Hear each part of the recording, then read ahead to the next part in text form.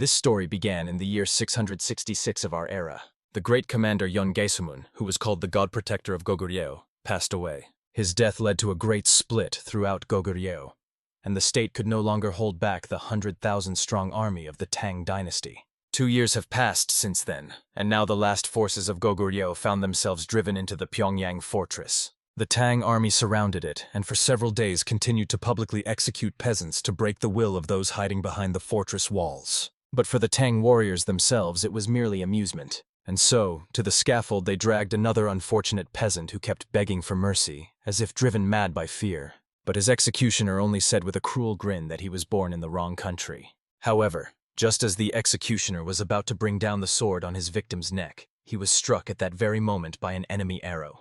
Everyone immediately turned toward the direction from which it flew and saw a horseman on the hill. And in the next moment, a mounted squad rushed from that hill toward the Tang army. All its warriors and even the horses were clad in black armor, and the standard-bearers carried a scarlet banner with a 3-legged crow. At the sight of this war emblem, the Tang were horrified because their opponent was the ghost cavalry of Goguryeo. But then the captain angrily shouted at his soldiers and ordered them all to stop panicking. The fear of the enemy immediately changed to fear of their own captain.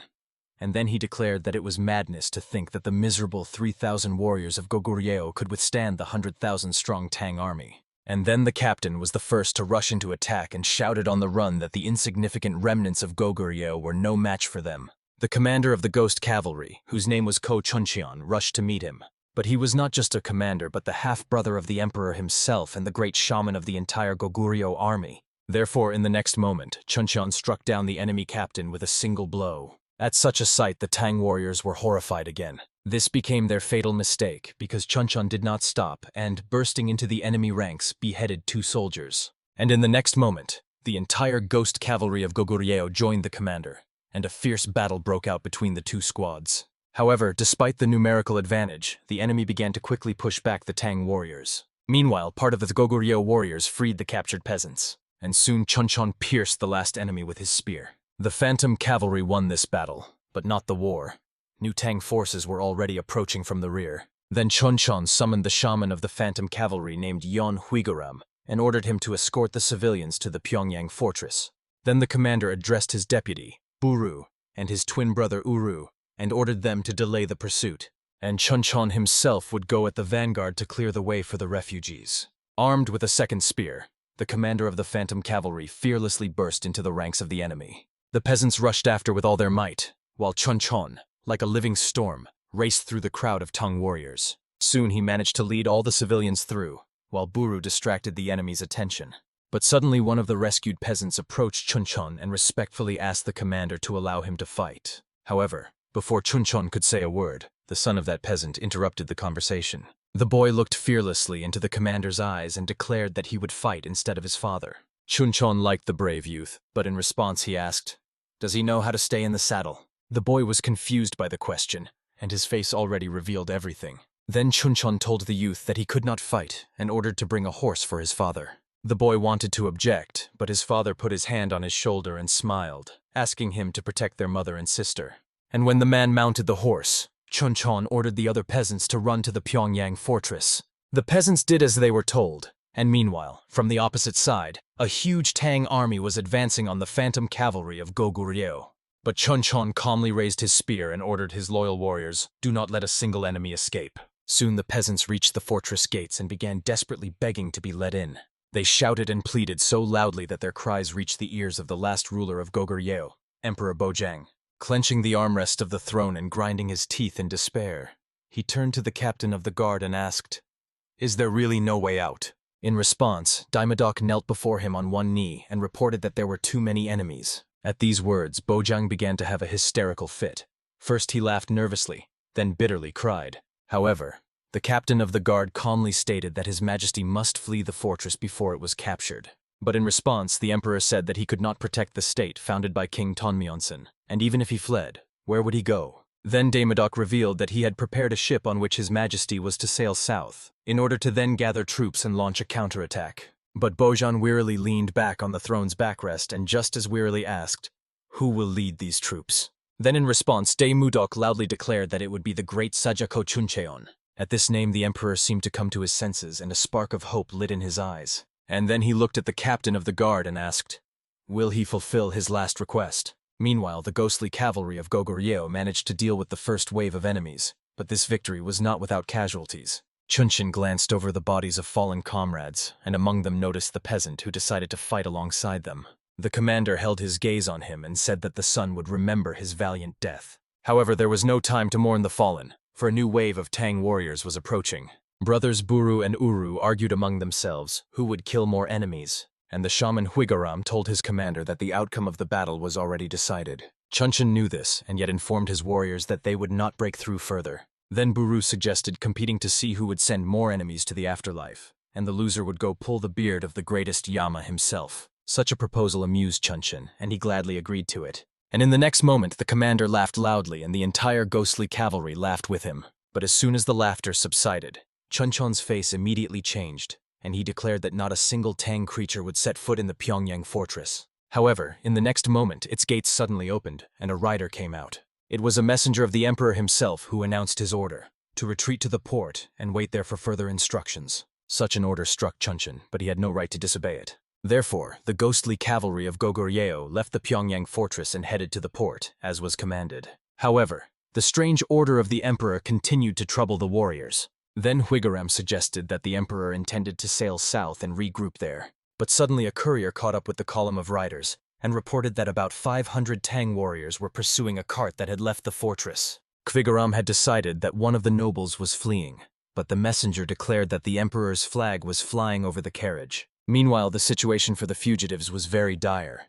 The enemies were quickly catching up to them. Captain Daimodok ordered the guard to stay close to the carriage and not let a single arrow pass. But suddenly the vice-captain turned his horse and ordered the others to keep moving forward while he bought them time. Daimodok wanted to stop him, but the vice-captain refused to listen and ordered 10 horsemen to follow him. It was pure suicide, but the vice-captain shouted to his comrades with a smile that they must protect His Highness the Heir Prince. Unfortunately, the enemy commander struck first and struck down the vice-captain with a spear. Soon the Tansky warriors dealt with the 10 horsemen and resumed the chase. However, the vice-captain's sacrifice was not in vain, because in the next moment an arrow struck down the enemy commander.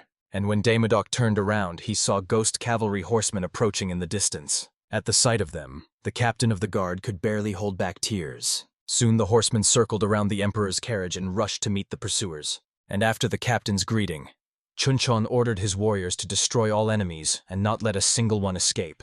And then 2 squads clashed in a fierce battle, but the Tang warriors had no chance. Uru was an archer of the ghost cavalry and was famous not only for his accuracy, but also for the ability to kill 2 enemies with 1 arrow. But his twin brother Buru was famous for his extraordinary strength.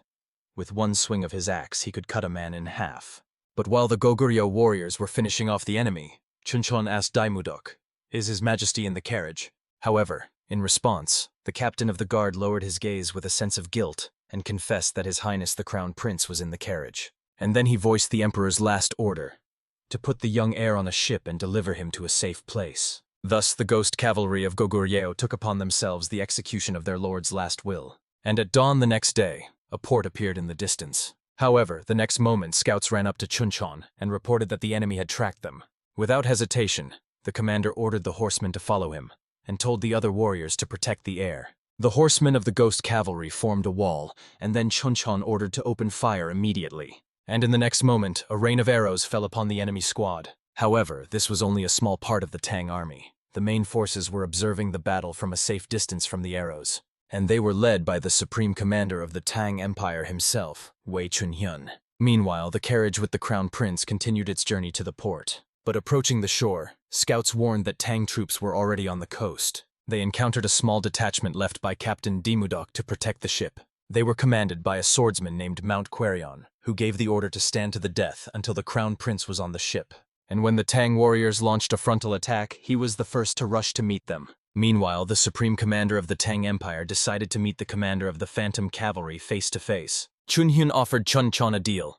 If the Phantom Cavalry surrendered, he would personally ask His Imperial Majesty to grant them the honor of fighting for the Tang Empire. In response, Chunchon said nothing, only nodded, causing the Supreme Commander to laugh loudly and say that it was a wise choice. However, when Chunhyun offered Chunchon the roll of his right hand, at that very second an arrow pierced his eyes. She let Uru in, who irritably asked his brother, could it be that the Tang soldiers only fight with words? Meanwhile, Those very Tang soldiers were shocked by the death of their commander-in-chief. Chunchon gave an order to Huigurum, and in the next moment a hail of battle axes rushed towards the enemies. By noon, the battle on the coast ended with the victory of the Goguryeo warriors, and soon Querion noticed the approach of the great Saja with the phantom cavalry. Only the Tang army was still pursuing them, so Chunchon immediately ordered to set sail. And so the phantom cavalry left their native shores and headed south. Having made sure that the enemy no longer pursued them, Chunchon decided to personally check the condition of the crown prince. He also wanted to find out what name was given to the young emperor and where his majesty was. To the first question, Demudok told that his majesty named the prince Ilchi, but to the second question the captain lacked the courage to answer. Instead, he handed Chunchon a letter and explained that it was from his majesty. Chunchon handed the infant to a maid and took the letter, in which the last order of the emperor to his younger brother was written. The last wish of Emperor Bojan was that Chunchon take the child and sail away with him towards a peaceful life. However, after reading the letter, Chunchon crumpled it in his hands with anger, for he had no right to call the emperor brother, and now he calls him brother. Then the commander of the phantom cavalry asked Daimudok about the fate of the Pyongyang fortress. But in response, the captain of the guard suddenly fell to his knees before him and began to beg for death. Such behavior shocked Chunchon, because it could mean only one thing. The Pyongyang fortress had fallen. And to confirm this, Chunchon saw thick smoke rising in the distance. The fortress was burning along with all the inhabitants, whom the commander of the phantom cavalry, to his sorrow, could not protect. However, Chunchon had no time to mourn the dead, for a terrible storm suddenly attacked the Goguryeo fleet. The waves were so fierce and huge that they sank one of the ships. Then the captain of the ship, scared half to death, rushed to the bridge and shouted that the ship needed to be turned around. He had spent his whole life at sea, but had never seen such terrible waves before. And suddenly, right in front of the fleet, a huge wall of water rose, terrifying the ship's crew. However, despite this, the crown prince in Chunchon's hands was happy and laughed loudly. The commander of the phantom cavalry took it as a sign from above and told his warriors that they had no way back. And then Chunchon drew his sword and ordered to break through the waves, for it was the will of Crown Prince Ilchi, and the last battle of the Goguryeo fleet. No one on the ship dared to disobey the order, and in the next moment the ships crashed straight into the water wall. And then the world was engulfed in a dazzling light and everything fell silent. Chunchon came to consciousness on the ship's deck, holding tightly the faithful sword and the infant. Fortunately, the crown prince was unharmed and even in a joyful mood. But the ship's captain was in complete shock and bewilderment at what he saw before his eyes. Right in front of the fleet was land with a dense forest, but the nearest mainland was still very far away. But Buru saw no problem in this, so he carelessly ordered to dock at the shore. But in response, the captain advised him to look around, and then Buru realized that they were not at sea, but in the middle of a lake surrounded by land. From this discovery, Buru almost strangled the captain, deciding that he had been leading them in circles on the lake for several days. But Huiguram asked his friend to calm down, and explained that the captain was clearly not to blame for what was happening. Then the shaman addressed Chunchon and asked, what should they do next? In response, the great Saja declared that they were now far from their homeland in any case, which means the fleet is safe here. Then Huiguram ordered the captain to begin the landing, and he was only glad to leave the ship as soon as possible. Soon the warriors of Goguryeo landed on the shore and quickly built a camp. And the first order of Chunchon on the new land was to scout the surroundings, which the commander entrusted to the brothers Buru and Uru, and Huiguram was entrusted by the great Saja to arrange guards around the perimeter of the camp. Then Chunchon addressed the captain of the guard Daimudoku and ordered him to report the number of survivors. Well, after the report, everyone engaged in performing their direct duties. Everyone except Chunchon, who remained standing at the entrance to the tent. It was then that he heard the crown prince suddenly roar. Chunchon immediately entered the tent and saw how the maidservants were trying in every way to calm the infant. But noticing the great Saja, all three maidens instantly bowed and addressed him as His Highness. However, Chunchon demanded that they no longer call him that. Then one of the maids apologized and explained that it was time to change the heir prince's diaper, so they needed to be alone. But the commander of the phantom cavalry was not going anywhere, and made the maids understand that he would not take his eyes off the baby. They had no choice but to change the prince's diapers under the watchful eye of the great Saja. But when the maid removed the diapers from the baby, Chunchon immediately ordered to call the captain of the guard at once. Meanwhile, Buru and Uru with a small detachment were combing the forest in search of game. But the reconnaissance brought no results, which made the frustrated and hungry Buru say that they would be very lucky if they found at least one boar here. However, Uru disagreed with his brother, because in this forest you would not find even an ant, let alone a boar.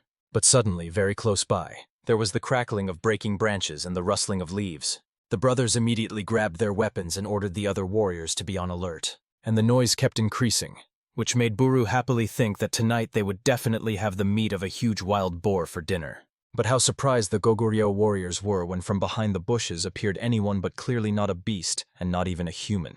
4 mysterious creatures approached the detachment, who looked like people but had pig snouts instead of faces. Uru ordered everyone not to take their eyes off the aliens and suggested that in these lands, boars walk on 2 legs. But then Buru asked his brother, if these are really boars, why do they have green skin? For Uru, the question was very stupid, so he irritably explained the obvious to his brother. These boars are simply sick. And then a heated argument broke out between the brothers, which only increased their appetite. Therefore, Buru and Uru agreed that it does not matter whether these boars walk on 2 legs or have green skin. The main thing is that they taste like wild boar meat. And in the next moment, the brothers eagerly and with anticipation pounced on their strange prey. Meanwhile, Captain Daimodok rushed to the tent of the great Saja. But there he was met with a shocking sight. The commander of the Phantom Cavalry held a sword to the throat of an unfortunate maid. Noticing the captain's arrival, Chunchon told him that the child was switched, but none of the maids could explain it. Then Daimodok knelt again and presented another letter from His Majesty. Chunchon accepted the letter, and then the captain of the guard explained that the emperor ordered it to be delivered when the Goguryeo fleet was safe. The letter stated that Yilchi is not the crown prince, but the daughter of Captain Yol Ryuhwan, who remained to defend the Pyongyang fortress and His Majesty. Emperor Bojin thought that the life of this girl would be too short, so he sent her to Chunchon. For this deception, the emperor asked for forgiveness, but there was no other way. Otherwise, Chunchon, without hesitation, would have sacrificed himself for the country. Although imperial blood flowed in him, Bojin did not want to condemn his younger brother to even greater suffering, since he had already spent his whole life on the battlefield. At farewell, the emperor asked Chunchon not to blame himself for not being able to protect the country, but to live differently, listening to his heart.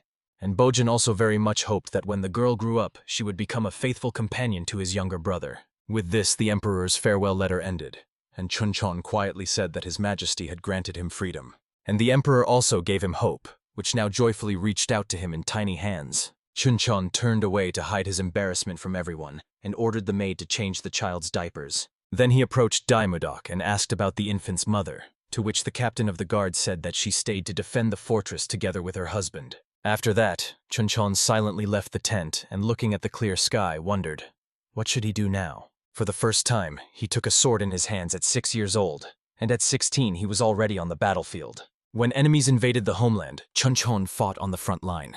His duty, as an illegitimate offspring of imperial blood, was to protect the Goguryeo Empire. But now everything had lost meaning, and Chunchon no longer knew. For what purpose should he unsheath his sword? When it got dark and Buru and Uru returned from reconnaissance, Chunchon convened a meeting. The brothers reported that they had scouted the forests but found no enemies. Also, the local forest did not resemble the forests of the Goguryeo Empire, and some trees looked different. But the strangest discovery was the green boars that walked on 2 legs like humans. However, before Buru could finish his report, a worried sentry suddenly burst into the tent. Daimodok immediately reprimanded the guard for making noise during the council, and asked about the cause of the commotion. But in response, the sentry, stammering with fear, said that it seemed the heavens were angry. Everyone went outside the tent, and then the sentry pointed to the night sky. There, the Goguryeo warriors saw 3 celestial discs, as if the moon had given birth to 2 daughters. But besides that, Huigurum noticed that the stars in the sky were completely different, as if it were a completely different world. However, in response to this discovery, Chunchon concluded that at least for now, they could all stop worrying about the Tang army. The next day, Buru and Uru decided to cook the meat of a strange wild boar they had managed to catch. Only the brothers did not suspect that the creature they were about to slaughter like a pig was actually an orc. The snouted native tried to explain to his tormentors that he was not an animal, but the brothers did not understand his speech. Buru thought the boar was trying to say something, but Uru asked his brother, where had he ever seen talking boars? However, the next moment the brothers were stopped by the arriving Chunchon with Huiguram, and when Buru asked for the reason, the commander explained that since the boar was green, it might be sick. But then one of the sentries rushed to the group, shouting about a big problem while running. Buru asked irritably, what now? Could it be that a 2-legged bull had appeared? However, the answer surprised everyone present, because the sentry asked in astonishment, how did he know that? And the next moment, that very 2-legged bull rammed one of the erected walls. This creature was called a Minotaur, but for the ghostly Goguryeo cavalry, it was just another enemy. The warriors met it with a wall of shields, but the Minotaur smashed its axe onto it and sent 2 soldiers flying. Then the warriors responded with a volley of battle axes. However, despite multiple wounds, the Minotaur stood firm on its feet. But not for long, because in the next moment boarding hooks clamped onto its horns. It was the brothers Buru and Uru who lassoed the Minotaur, and with all their extraordinary strength pulled it back. And when the Minotaur fell to its knees, Uru ordered his archers to pepper it with arrows. And finally Buru finished off the beast by beheading it with a single blow. With a satisfied look, slinging the axe over his shoulder, Buru asked his brother, "Can we then eat this bull?" In response, Uru declared that now the great Saja certainly would not forbid it. However, in the next moment the brothers discovered that the Minotaur was not alone. 3 more of its kind ran out of the forest. And even more, following the Minotaurs ran 4 kobolds. However, the brothers did not lose their composure and immediately rushed to meet the new opponents. The first Minotaur brought down an axe on Buru, but he simply blocked the blow. Then the second Minotaur came in from the side, intending to cut Buru in half. But in the next moment, Chunchon entered the fight, cutting off the Minotaur's paw. Meanwhile, Buru dealt with his opponent, splitting him from nose to tail. And Uru finished off the second Minotaur with a precise shot to the forehead. But when the dust settled, Chunchon noticed that he felt much lighter than before. Then Huigaram explained to the commander that in this world the gravity is weak, so armor, weapons, and the body feel lighter than usual. However, the instructive lecture was interrupted by a wounded Minotaur who intended to take revenge on Chunchon. This became his fatal mistake. In the blink of an eye, the commander of the Phantom Cavalry cut the Minotaur into pieces. And sheathing his sword, Chunchon admitted with regret that the Tang warriors were no match for him now. But if he had such strength in his homeland, the Goguryeo Empire would not have fallen. Meanwhile, the spearmen finished off 2 kobolds, and the remaining 3 fled.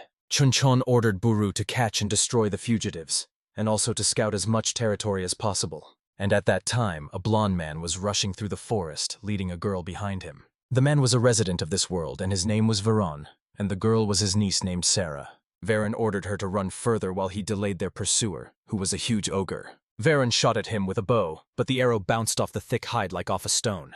And in the next moment, Sarah suddenly tripped over a stone and fell to the ground. The ogre immediately aimed at the helpless girl, ignoring Veron's desperate shots. However, when the monster had already stretched out its paw towards its victim, someone swiftly grabbed the girl and took her away from danger.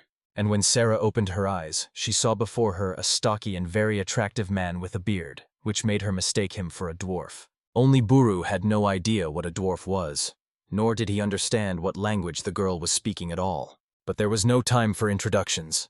The ogre was already looming over Buru and raised his arm for a crushing attack. And in the next moment, the ogre slammed his fists with such monstrous force that the ground cracked. But by that time, Buru and Sarah were no longer in the same place. The deputy commander instantly moved to a safe distance and set the girl down on the ground.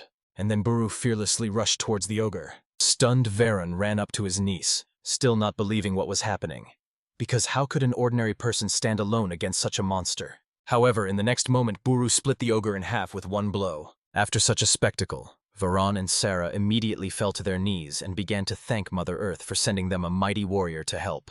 Only Buru had no idea what they were doing or what they were even talking about. Therefore, the deputy commander led the rescued peasants to the camp to question them about these lands. As expected, soldiers gathered at the entrance to the tent, curiously examining the foreign guests. Sarah became nervous under their scrutinizing gazes, but Veron swore to his niece that he would protect her no matter what happened. However, in response, the girl admitted that she had badly bruised her knee, so at least Veron should escape to warn the villagers. Veron was stunned by such a proposal and indignantly asked, how could he abandon his niece and run away? But before the girls could answer, Buru entered the tent and strictly ordered them to stop their chatter. And the soldiers behind him began to ask, why do the strangers have such pale skin and golden hair, and are all the local girls so beautiful? Sarah did not understand their language, but guessed that this was a punitive squad from the kingdom of Haiyan. But Veron doubted this, because there were no soldiers with black hair and dark eyes in the entire kingdom. Meanwhile, Buru noticed that the girl was clearly uncomfortable with such excessive attention,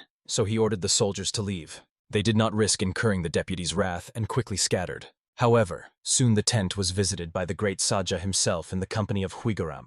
Chunchon asked the guests, do they understand them? However, Veron and Sarah remained silent, and then Buru admitted that he could not understand anything they were saying. Ignorance could cost the Goguryeo warriors their lives. They did not even know where they were, or who lived there, besides the walking boars and bulls. Therefore, it was vital to obtain information from the natives, and for that, It was necessary to master their language. But suddenly Uru declared that he had an idea, or rather, he had an assistant who knew all the languages of the world. This person turned out to be the swordsman Mount Kverion. Chunchon was surprised by such a candidate, but Uru assured that Kverion traded in the West with his merchant parents, thanks to which he learned all foreign languages. Chunchon decided to trust Uru's decision and ordered Kverion to try to talk to the locals. For Kverion himself, it was a chance to prove his worth, because there was no place he hadn't been, and no language he didn't know.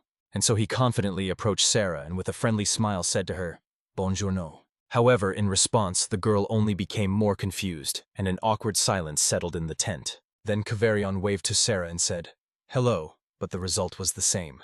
And judging by the commander's expression, Kverion guessed that he was already beginning to lose patience. Then Kverion decided to try a welcoming kiss on the cheek, as the French do. However, Buru categorically did not like this idea, which made him angrily ask, "What the hell is he doing?" Kverion realized that his time and the patience of the great Saji were running out, so he began desperately listing all the foreign greetings he knew. This continued until Uru corrected the cerebellum of the hapless polyglot and then apologized to the commander for the whole circus. In response, Chunchon said disappointedly that he had already forgotten that outside of battle, Kverion was useless. And Buru asked his brother, what was he thinking, introducing this swindler and upstart to everyone?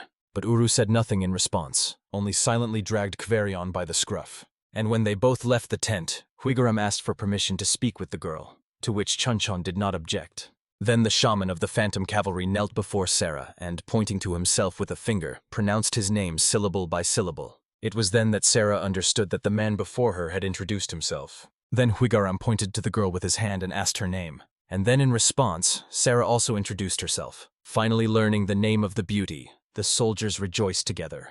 But perhaps the happiest of all was Buru.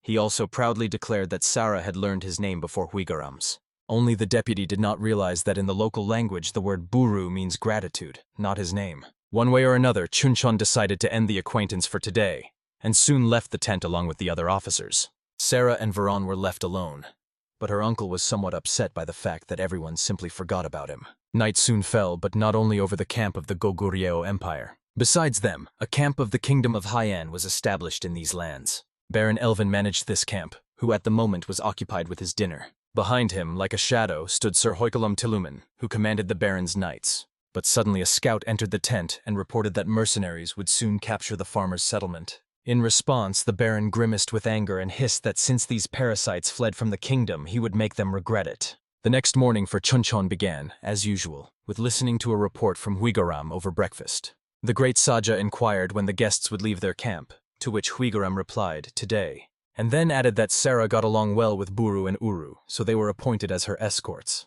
Then in response, Chunchon snorted and said that cleanliness and simplicity always go hand in hand. However, no sooner had he said this than in the next moment those very cleanliness and simplicity entered the tent, in the person of Sarah and Buru.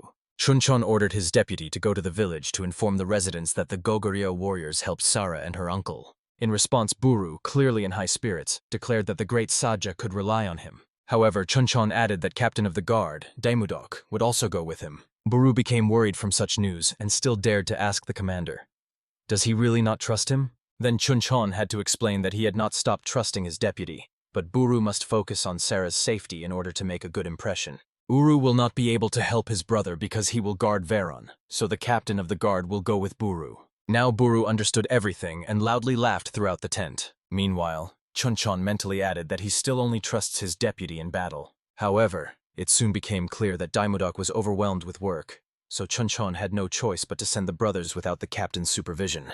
And now a small detachment under the command of Buru and Uru was heading to the farmer's village. The brothers even took captive orcs with them so that they would pull the cart with supplies for the locals as a gesture of goodwill. Soon the scout reported that he noticed a settlement ahead. Then Uru stopped the column and ordered Kverion to clarify with Veron, "Is this the village?" The swordsman conveyed Veron's words, and in response, he warned that the residents might be frightened by the armed detachment, so he and Sarah would go first and explain everything.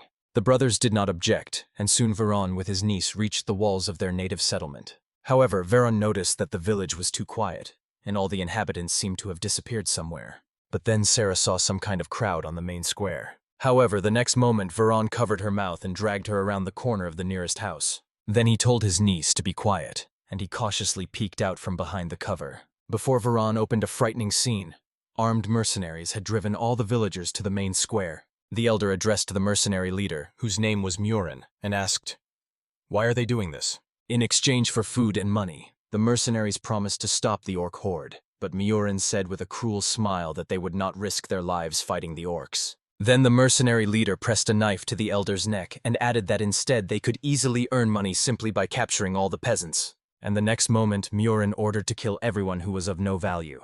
And at that very second, the mercenaries began beating the captured men and old men. The elder tried to rush to their aid, but Murin pinned him to the ground with his boot. And then the mercenary leader asked, "Is being eaten by orcs better than living as a slave?" The elder did not answer, but in his thoughts admitted that he had made a mistake by trusting strangers so easily. And he also prayed that Veron and Sarah would not return to the village, because at least these two had to be saved. Meanwhile, Veron ordered his niece to run back quickly and inform their new friends about what was happening. Then Sarah asked her uncle what he was going to do, to which Veron honestly admitted that he intended to buy as much time as he could. However, the next moment behind his back, Sarah saw a tall shadow with horror. The mercenary beat Veron and dragged him along with Sarah right to the feet of the leader. As a reward for the successful find, Murin allowed him to be the first to have fun with the girl. Veron desperately tried to protect his niece but got kicked in the face, and then the mercenary dragged the resisting Sarah to a secluded place. However, the next moment a battle axe plunged into the scoundrel's skull and the mercenary crashed to the ground with a thud. Then both the mercenaries and the peasants saw a dwarf riding at full gallop. But Buru did not care about all their looks. He rushed through the crowd straight to Sarah. And then he dismounted and, kneeling before the girl, ordered her to take Verona away from here. Sarah helped her uncle to stand up, and none of the mercenaries dared to stop them from leaving. And only when Sarah and Verona had safely departed did Buru loudly give the command, "To battle." And in the next moment, the riders of the phantom cavalry burst into the village. And then the deputy of the great Saja gave his warriors the final instruction: "Spare no one who is armed."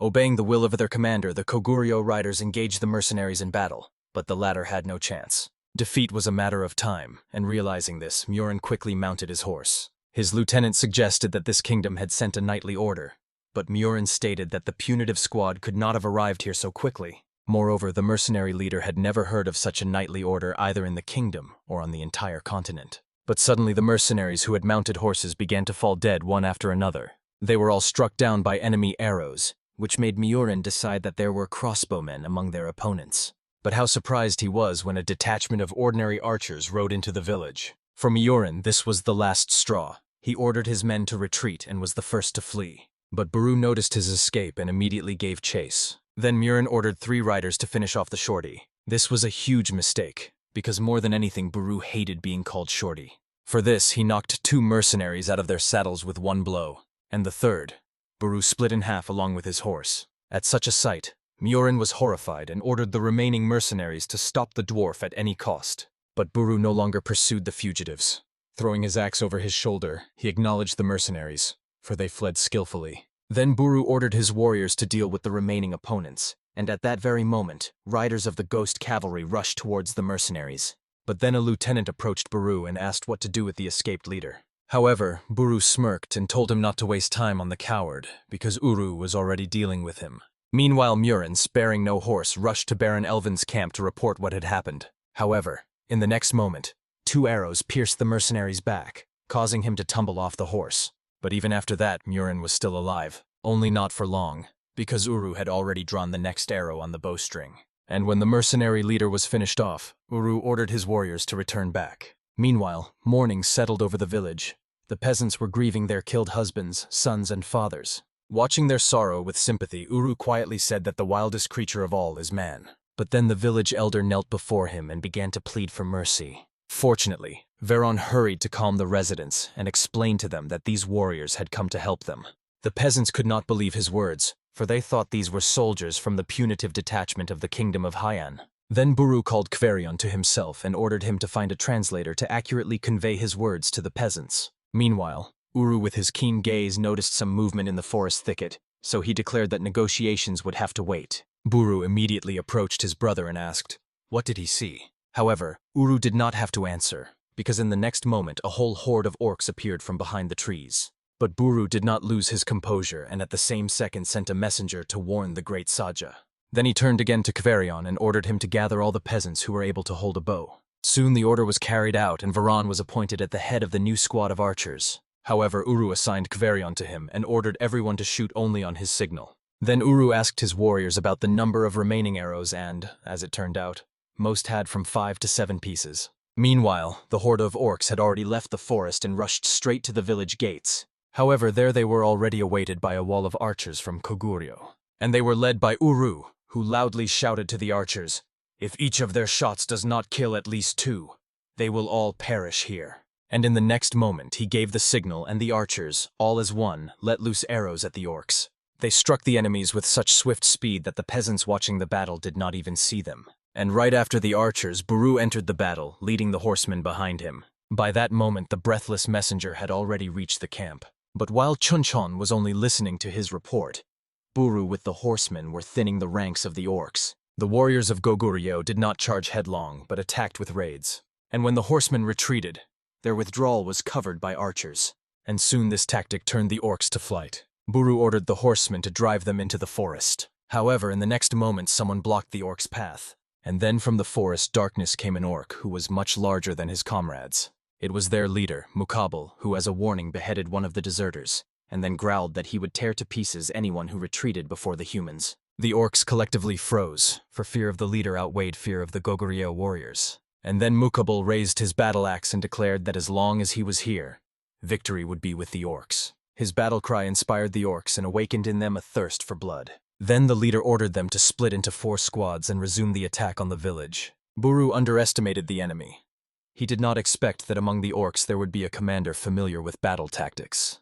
Therefore he immediately led the horsemen back to the village. At that time the orcs had already begun climbing over its wall. One of the peasants managed to impale an orc on a spear, but the orcs possessed extraordinary resilience. For his bravery the peasant paid with his hand. However, in the next moment an arrow pierced the orc's forehead. It was Uru who hurried to help the peasant. But following one orc, 3 more appeared. Uru finished off one of them with a precise axe throw, and then ordered the wounded peasant to raise his spear. Through the pain, the man did as he was told, and behind Uru, 2 more spearmen joined. But suddenly Uru heard a woman scream. The orcs had already penetrated deep into the village and attacked the peasants. Fortunately, Buru and his axe arrived just in time to help. Both brothers engaged the orcs in battle, but the situation was dire. 200 dead were no place, and 4 more came from the forest. The brothers understood that at this pace they were unlikely to hold out until reinforcements arrived. However, they had no other choice, for fleeing from boars was unworthy of a warrior from Goguryeo. Therefore the brothers, Buru and Uru, accepted their last battle with smiles. But suddenly, a huge cloud of dust appeared in the distance and the sound of hundreds of hooves was heard. And when the dust cleared, both orcs and humans saw the full power of the phantom cavalry led by Chunchon.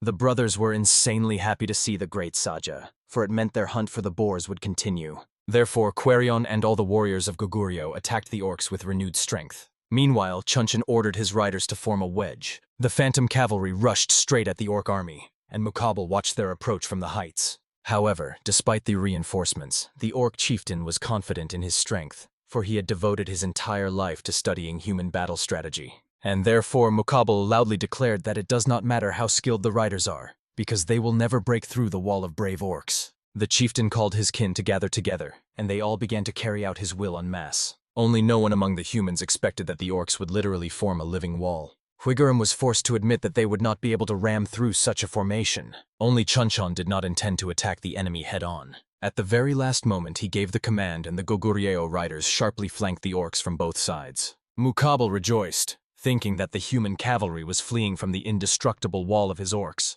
But in reality, it was a diversionary maneuver to buy the archers time to prepare. And in the very next moment, Uru ordered the archers to open fire. The clustered crowd of orcs became an easy target even for peasants. Struck by arrows, the orcs began to fall one after another, and soon their walls simply collapsed like a house of cards. And those orcs who escaped the arrows met the spears of the phantom cavalry. From this, Muqabal became furious and ordered the orcs to unite again into a wall. But the archers and horsemen did not allow them to do this. And in the next moment, a spear pierced Muqabal's chest. It was thrown by Chunchon, and now everyone watched as the orc leader fell dead from the sheer cliff. The orcs were horrified by such a sight. Meanwhile, Chunchon ordered the remaining enemies to be slaughtered.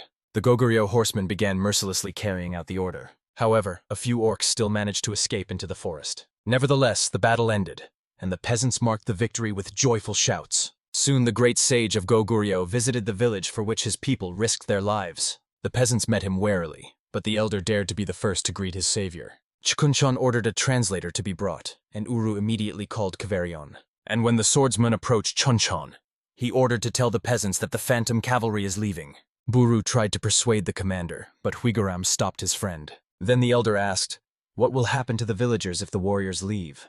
But in response, Chunchon calmly and harshly stated that the peasants must protect their own lives.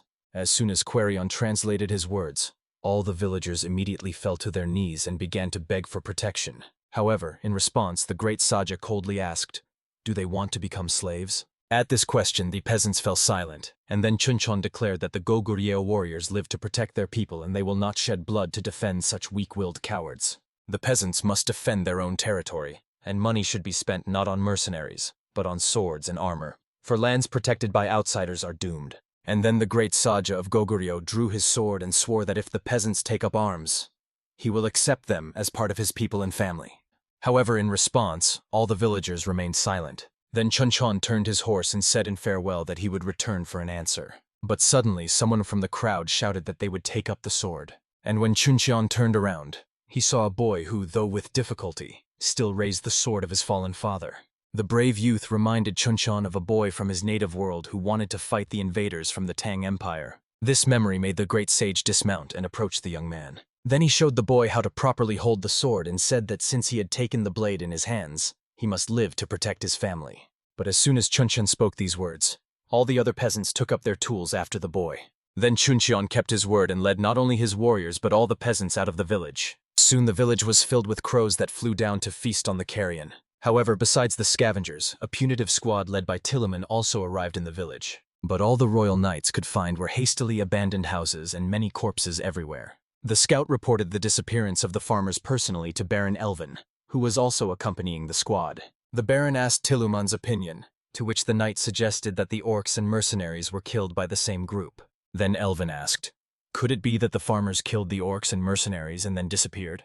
But in response, Tiluman admitted that he had never before seen arrows with black fletching, and therefore assumed that an unknown force was involved here. However, for the Baron, this fact could mean only one thing. He had competitors who coveted not his property. And so Alvin ordered his knights to track down the strangers and exterminate them all. Meanwhile, the ghostly cavalry safely returned to the camp. But as soon as Chunchon dismounted, Captain Daimudok immediately approached him and asked, "Who are all these refugees?" In response, the great Saja explained that from now on these peasants are part of Goguryeo. From these words, Daimudok had already decided that Chunchon was finally going to continue the lineage of the great emperor here. But he assured that he recognized these people as his own only because Goguryeo needed new warriors for defense, as well as women and children for whom these warriors would fight. However, Daimudok was supported by Huigaram, who advised Chunchon to listen to the captain and continue his lineage. But the great Saja was very stubborn. Instead of answering, he suggested that Huigaram himself become emperor.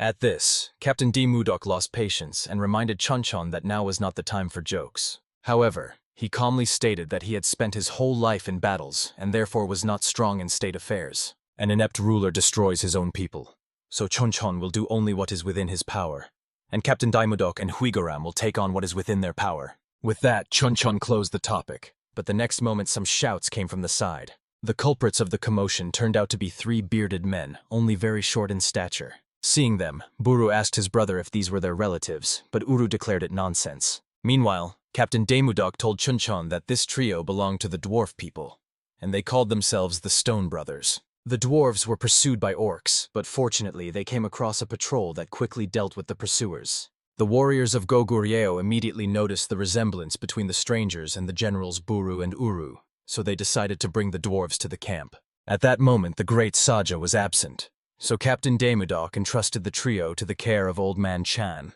who was the blacksmith of the phantom cavalry. And to his surprise, the guests immediately got to work and began managing the forge. The dwarves were very interested in studying the armor and weapons of the phantom cavalry, and the eldest of the trio discovered that the swords of the Goguryeo warriors had perfect balance and were forged from the purest iron without a single impurity. Soon the great Saja returned to the camp with the refugees, and then the dwarves saw the brothers Buru and Uru.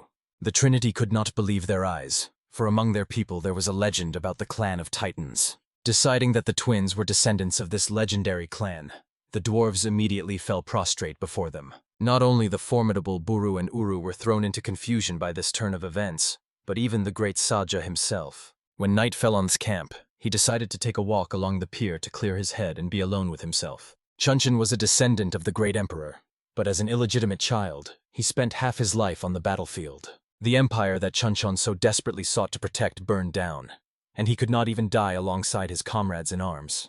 And that girl too. Although she was born in the imperial house, she cannot become an heir. Therefore, for her and all the warriors of Goguryeo, Chunchon must make a choice. If this is no longer their world, then continuing the history of the Goguryeo Empire will become his duty and the meaning of his life. With this thought, Chunchon smirked at the night sky and said that the die is cast. Within a month, he was patrolling the camp territory not as the Great Saja, but as the new Great Emperor. He was accompanied by all the senior officers, Daemodok, Huigaram, and Buru with Uru. On the road, the shaman told Chunchon that at first the refugees were afraid of the warriors, but in just 1 month they became close friends. The food problem was solved thanks to the seeds brought by the farmers. As for the dwarves, they turned out to be not only blacksmiths but also skilled builders, so the housing problem resolved itself. Moreover, the dwarves were so impressed by their ironworking techniques that they now help old Chan in the forge. However, there was bad news. In a few days the wedding was to take place, but there was a shortage of clothes, drinks, and meat. Fortunately, Veron advised Huigaram to sell the skins and bones of creatures in the city to earn some money. Captain Daemodok immediately volunteered to carry out this task. However, Huigaram reminded the captain that he already had enough concerns in the camp, so the shaman suggested going to the city instead of him. Only Huigaram did not expect that the great Saja would have a better idea. By noon, Chunchon, accompanied by Veron, Kverion, and Huigaram, reached the city walls. The shaman still could not resist asking, why this time did the great Saja decide to go on reconnaissance personally? Chunchon did not answer the question, but Huigaram already understood that his commander was simply curious to see the city. The group of 4 headed to the city gates, unaware that they had an observer. At the city entrance, the Chunchon squad was awaited by 2 guards. Entry was allowed only after checking documents and the cart with cargo, but Veron resolved this issue simply by bribing the guards. However, when the group of 4 had already entered the gates, one of the guards suddenly ordered Chunchon to stop.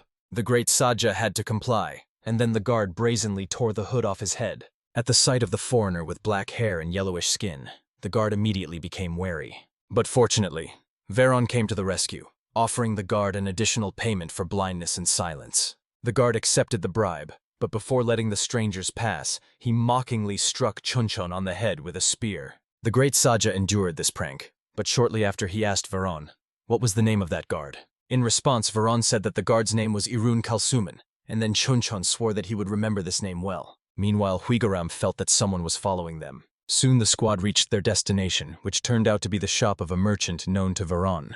He was extremely surprised by his friend's catch, since an ogre and 24 soldiers would not have managed it. However, Veron quickly changed the subject and asked if the merchant also needed ogre blood. In response, the shop owner explained that only mages buy it, and since there are none in the city, the merchant has no need for it. But the next moment, a gray-bearded mage burst into the shop and declared from the threshold that he would buy ogre blood. The merchant and Veron were both stunned by such a coincidence, while the mage jumped to the crate and began inspecting the goods. Soon the elder declared that the blood was of excellent quality, and he was ready to pay 1 gold and 50 silver for 3 vials. However, the merchant apologized to the mage and explained that such a price was impossible. Then the elder offered all the money he had, but only for 1 vial. But unfortunately, the merchant remained adamant. Then the mage discarded politeness and angrily declared that he, Rizel, is a genius mage born only once a century.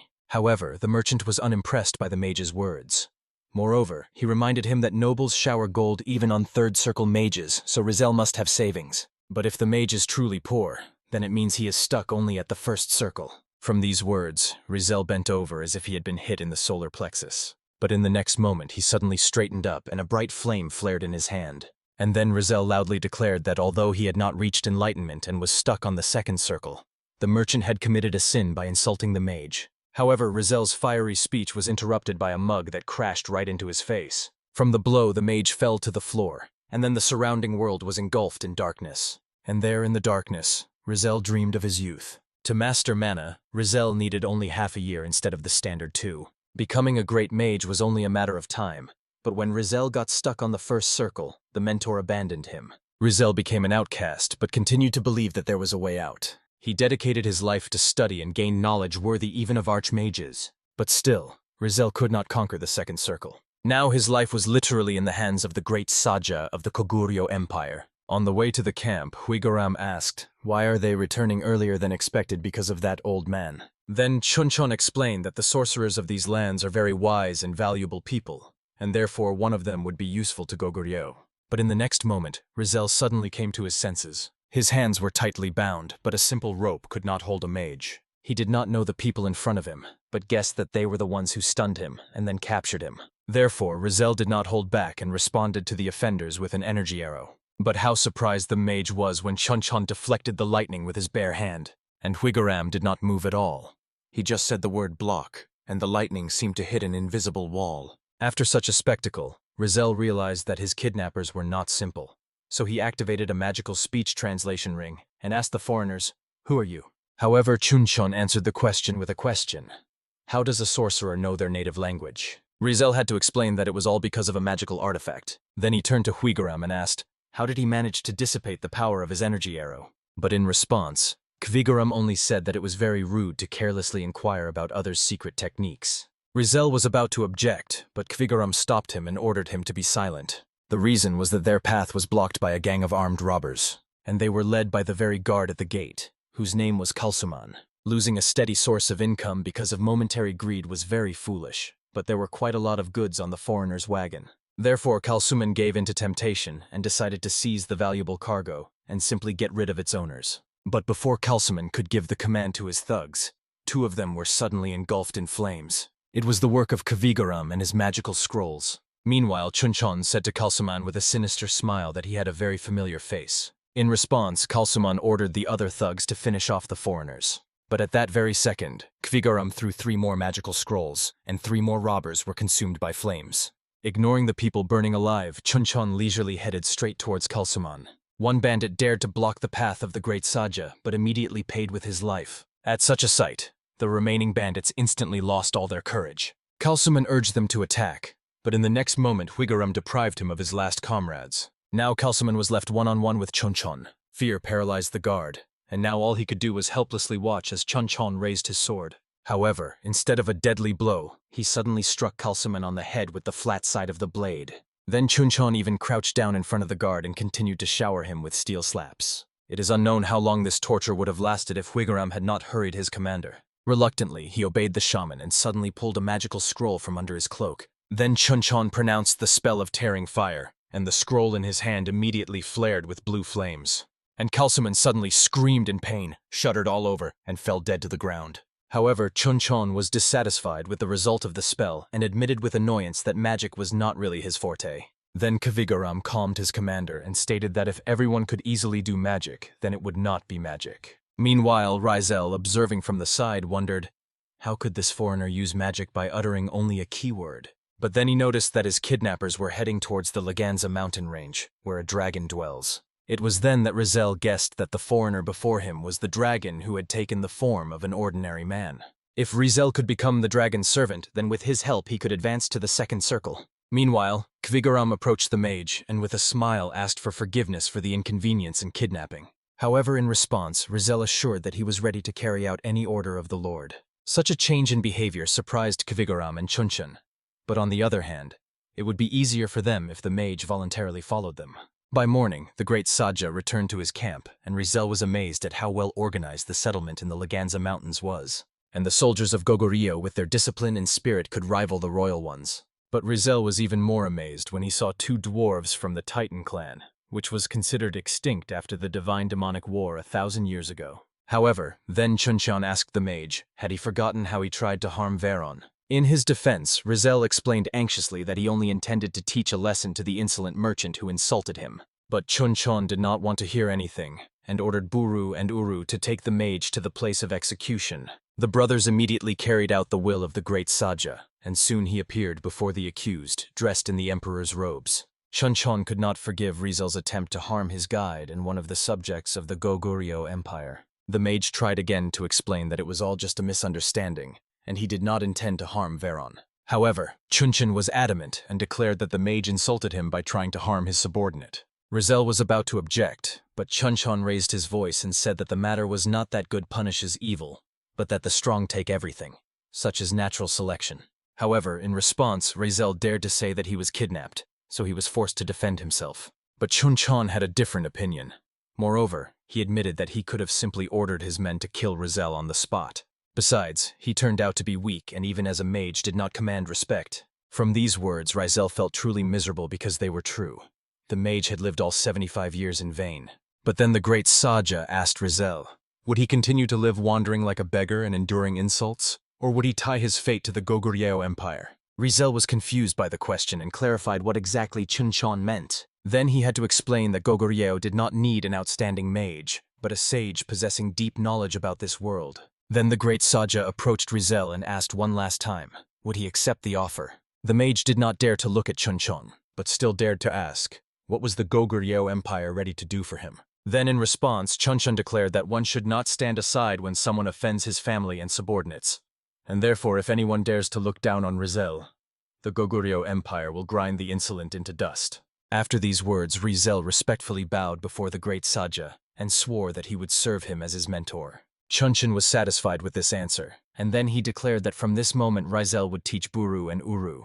The brothers were stunned by such news, but the great Saja insisted that his generals must master the local language. This also applied to Rizal. Instead of relying on the power of the artifact, he must learn the language of the Goguryeo Empire. And until then, the Ring of Magic translation would stay with Chunchon. Rizal expected to be treated like a simple servant. However, he could not have foreseen that he would be entrusted with teaching 2 generals of the Goguryeo army. Only the students from Buru and Uru were hopeless. At midnight, Rizal was visited by the great Saja to inquire about the progress in training. And also Chunchon suddenly returned the mage his ring and reported that it was broken. Rizal immediately checked the artifact, but the magical translation ring was intact. The mage wanted to explain to Chunchon that to activate the artifact it was necessary to pronounce a spell, but he had already left. Meanwhile, Veron and Kverion had already finished all their business in the city, and were now returning to the camp. However, Kverion's sharp hearing caught something that made him stop the cart. Then the swordsman quickly dismounted and pressed his ear to the ground. Veron asked anxiously what was happening, but instead of an answer, Kverion declared that they would abandon the wagon immediately. Veron did not argue and silently took cover with Kverion in the forest, but not far from the road.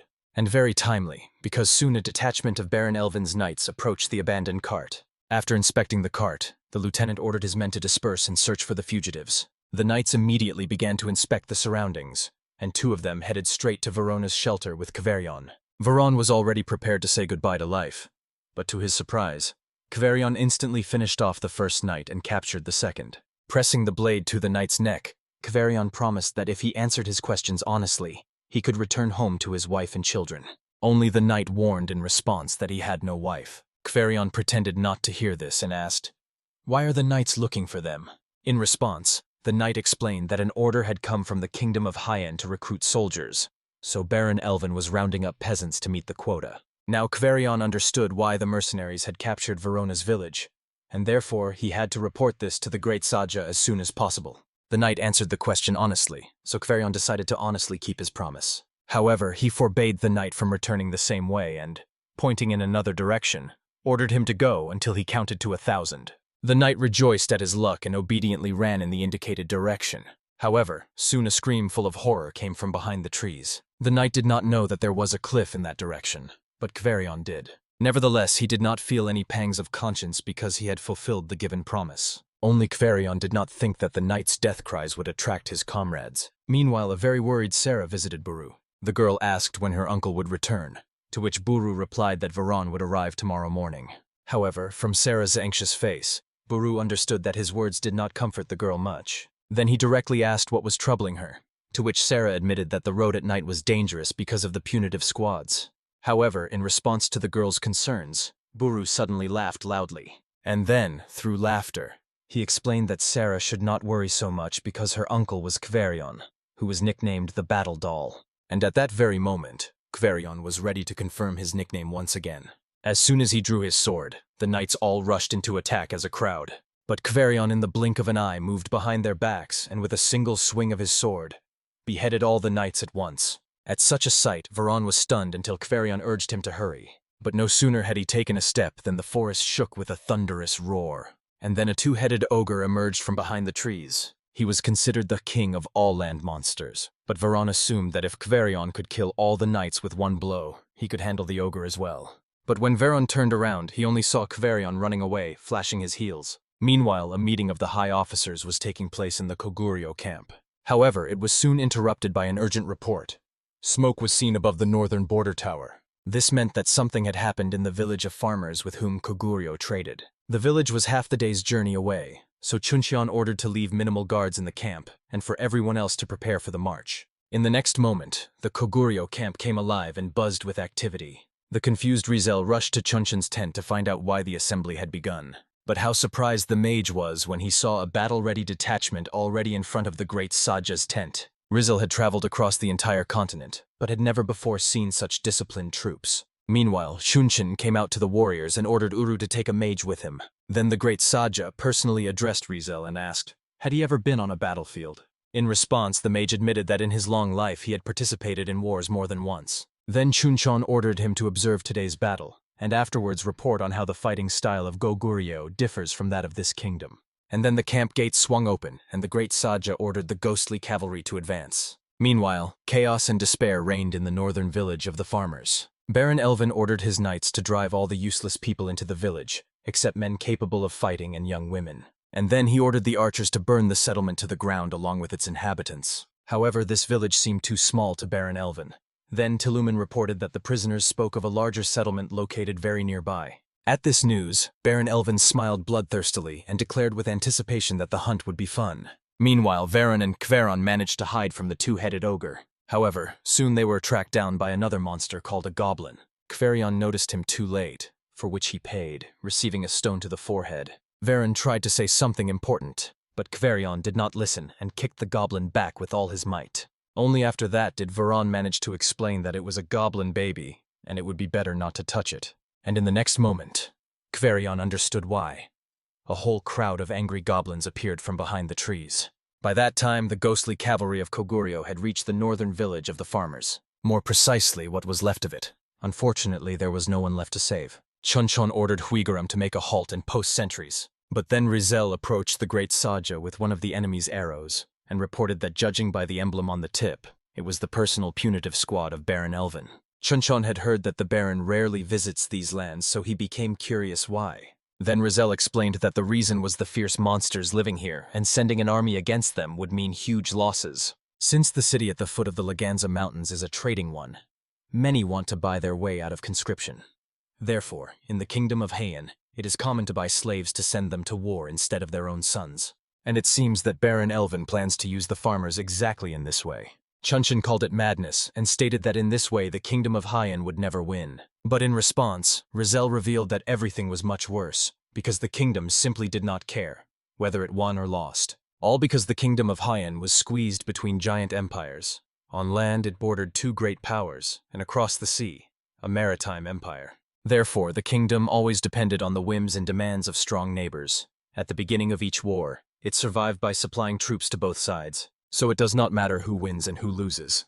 Such is the reality of the kingdom of Heian. After these words, Chunchon finally understood that no one protected these lands, because the kingdom had already abandoned its statehood. But suddenly a scout ran up to the great Saja and reported that an enemy camp had been discovered, with about 20 horsemen and 600 infantrymen. The scouts also saw about 200 people locked in cages in the camp. Most likely, the punitive detachment of Baron Elvin decided to rest before the raid on the next village. The scouts' report ended there, and then Chunchon ordered his warriors to prepare for the offensive. Meanwhile, in Baron Elvin's camp, knights were cruelly mocking the captured peasants. They beat the men with whips to intimidate and break them, and the knights decided to amuse themselves and violate the women. But not everyone had fun that night. The sentries were forced to keep watch far from the camp. They became the first victims of the Koguryo scouts. When the last sentry was done away with, Huigar ordered to send the signal. One of the scouts immediately released 2 pigeons into the sky. This meant that all escape routes were blocked. Meanwhile, far from the camp, Chunchon noticed the signal. But before starting the attack, the great Saja ordered Rizel to carefully watch their battle. And only then did Chunchon draw his sword. And at that very second, all the Koguryo archers drew their arrows to the bowstrings. Baron Elvin's men continued to drink and have fun sitting by the fire. Suddenly, a stout blonde man tore himself away from his mug of drink and suspiciously began to peer into the night sky. An unusual whistling sound joined the general noise. No matter how the man looked, he could not find the source of the whistle, but it was definitely not a bird. The man's eyes widened with horror when he finally realized what exactly was making that strange sound. But it was already too late. A hail of arrows pierced every warrior by the campfire, leaving no chance of survival. A commotion immediately broke out in the camp. Soldiers quickly grabbed their weapons, not fully understanding where exactly the attack was coming from. Amid all the noise, Baron Elvin ran out of his tent wearing only a nightshirt. He was extremely surprised by what was happening and immediately demanded explanations. But the soldiers, not even sparing the Baron a glance, continued to run chaotically around the camp searching for the enemy, too occupied with their own survival. Finally, the Baron's loyal knight Teluman rushed up to him. He immediately asked Elvin to take shelter in the tent and remain calm as it was quite dangerous outside. Despite the warning, Baron Elvin did not hurry. Carefully observing the general chaos, he demanded that Teluman immediately take control of the situation. Only after that did Baron Elvin decide to hide in the tent, and Teluman immediately began issuing orders to his subordinates. Teluman was extremely irritated by the outcome of events. Who could dare to attack them? After a few minutes, Teluman managed to take control of the situation. The spearmen lined up in 2 ranks at the camp entrance, the archers positioned behind them and were ready to open fire. Everyone, waiting, began to peer into the night gloom, hoping to catch a glimpse of the enemy. And then, to everyone's surprise, the enemy cavalry appeared on the horizon. Teluman immediately decided that their opponents were not among the villagers, but they also did not resemble a regular army. A satisfied smile played on his face when he saw that the riders were aiming at them with bows. Could it be that the enemy was unaware that shooting from horseback reduces accuracy? Nevertheless, Teluman immediately gave the order to the archers to draw their bows and shoot as soon as the enemy was within striking distance. But the first to shoot was Chunchon along with his horsemen. Yet this did not scare Teluman at all, since it was impossible to hit from such a distance. Nevertheless, instincts prevailed, and Teluman was able to dodge an arrow flying straight at him at the last moment. Looking back, he was horrified. The first row of his archers had been struck by enemy arrows, but this simply could not be. Without wasting time, Chunchon drew his bowstring again, intending to hit Teluman after all. But as before, he still managed to deflect the attack. Unfortunately, behind him the death moans of his archers were heard again. In a fury, Teluman ordered the spearmen to immediately block the enemy cavalry. The soldiers immediately thrust their spears forward, awaiting the clash with the horses. But Chunchon intended to break through the enemy formation using a wedge. The horsemen immediately took the necessary formation, and the great Saja himself took the lead. At full gallop, the cavalry charged into the defensive line, easily crushing everything in their path. Teluman was horrified by what was happening and shouted with all his might for the soldiers to attack the horses. The mustached soldier, who was closest to Chunchon, tried to attack the great Saja's horse, but the spear only treacherously slid off the armor. Only then did the soldier realize that the horses were fully clad in iron. But it was already too late. A second later, his skull was crushed under the horse's hooves. The soldiers in the camp fled in terror, begging for mercy. But the horsemen had no intention of stopping, let alone pitying their opponents, for they had come here to save the tillers of the soil. The horsemen under the command of Chunchon rushed deep into the camp, while Buru remained to command the detachment of infantrymen who had already managed to approach the camp. Under the cover of shield-bearers, Buru's detachment followed the horsemen, but met fierce resistance from the camp defenders. A battle broke out. Nevertheless, the warriors of Goguryeo managed to push back the enemy despite being outnumbered. Baron Elvin ran out of the tent again. He could not understand where such a large army had come from, since judging by the armor, they did not belong to the Imperial Army. With a sword in his hands, Teluman immediately ran up to the Baron, insisting that Elvin retreat. Understanding the seriousness of the situation, Baron Elvin agreed with him. Nevertheless, he promised to return for his soldiers and bring the royal army as reinforcements. One of the soldiers who was supposed to secure the retreat path ran up to them shouting and reported that all the routes out of the camp were blocked. Meanwhile, Kvigaram, with a small detachment, was pressing the mercenaries who guarded the cages with prisoners. A handful of mercenaries, realizing that the situation was turning against them, decided to flee, but Chunchon with his horsemen immediately appeared to oppose them. Seeing that the situation was under control, Chunchon ordered Huigarum to guard the wagons, while he with the cavalry would help Buru deal with the remaining enemy. Suddenly, one of the mercenaries, who seemed to have already accepted defeat, grabbed a torch and rushed to the cages with prisoners intending to burn them. Desperate cries of the nephews sounded. They realized the hopelessness of the situation. Cursing to himself, Kvigaram realized his miscalculation and what it could threaten him with in the future. Without hesitation, he raised his hand and recited a spell. The torch in the mercenary's hands flared brighter. Then the flame engulfed the mercenary and the wretched screams of the unfortunate sounded. It did not last long. After a few seconds, the flame died out, and only a charred skeleton remained of the mercenary. Baron Elvin Tillman and a handful of soldiers lucky enough to survive were surrounded by a tight ring of Koguryo warriors. Tillman realized the situation they found themselves in. Out of 600 soldiers, only 100 survived the attack. Then Baron Elvin decided to use the last trump card up his sleeve. Stepping forward, he loudly declared that he was a nobleman of the kingdom of Hyan, and such treatment of his person was unacceptable. The Koguryo warriors froze in place, and a satisfied smile appeared on Baron Elvin's face. He decided to press the advantage while it seemed to be on his side. It turns out these warriors knew the laws of war. Feeling confident, Baron Elvin immediately demanded the commander to appear. The Koguryo warriors parted, and Chunchon approached the Baron on horseback. As expected, Baron Elvin introduced himself and expected his interlocutor to show the same courtesy. But to his surprise, Chunchon ignored him. Turning around, Chunchon inquired where Kaverian was now. Sighing heavily, Buru reported that he had not yet returned from the village. Then the great Saja asked Rizel, who was nearby, for the magical communication ring. The old mage immediately obeyed his lord's command, but for the ring to work it was necessary to say the activation phrase. Raising his hand, Chunchon said, "Activation phrase," but nothing happened. Then he tried to address Baron Elvin, but from his facial expression it became clear that the ring did not work. Rizel said embarrassedly that the great Saja said the wrong words, and then asked Chunchon to repeat exactly after him. The old mage said, "Interpretation," and again lowering his hand, Chunchon tried to say the required word, but to his shame he failed on the first attempt. The outcome of the battle was already decided, so Tillman asked the Baron for permission to take the situation into his own hands. Elvin looked at his knight with interest. Could he have a better plan? Bowing his head, Tillman immediately explained the essence of his plan, and a satisfied smile appeared on Baron Elvin's face. Meanwhile, Rizel reminded again that Chunchon must repeat the word exactly. Finally, the great Saja managed to say the word interpretation, and the ring immediately glowed pale blue. Rizel clapped his hands joyfully. Chunchon again addressed the Baron, asking if he understood his speech. Elvin nodded affirmatively. Then Tillman stepped forward and introduced himself as a knight of Baron Elvin's house. In turn, Chunchon declared that he was a messenger of the great Goguryeo Empire. The last words made Tillman think. There was no country with a similar name on this continent, yet they dared to call themselves an empire. Of course, Chunchon assumed that since Tillman stepped forward, he wished to continue the battle. But the outcome of the further battle was already clear to Tillman, so he asked Chunchon to duel him. At first, the great Saja hesitated, but then he accepted the challenge after all, since before him stood a knight.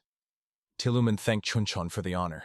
Baron Elvin's face spread into a satisfied smile. It turned out Tillman was right, and the Empire's envoy accepted the challenge. The Baron had no doubt about Tillman's victory, as he was a renowned swordsman. He also hoped to turn the tide of the battle by taking Chunchon hostage. Dismounting, Chunchon passed unhindered through the ring of knights protecting Baron Elvin.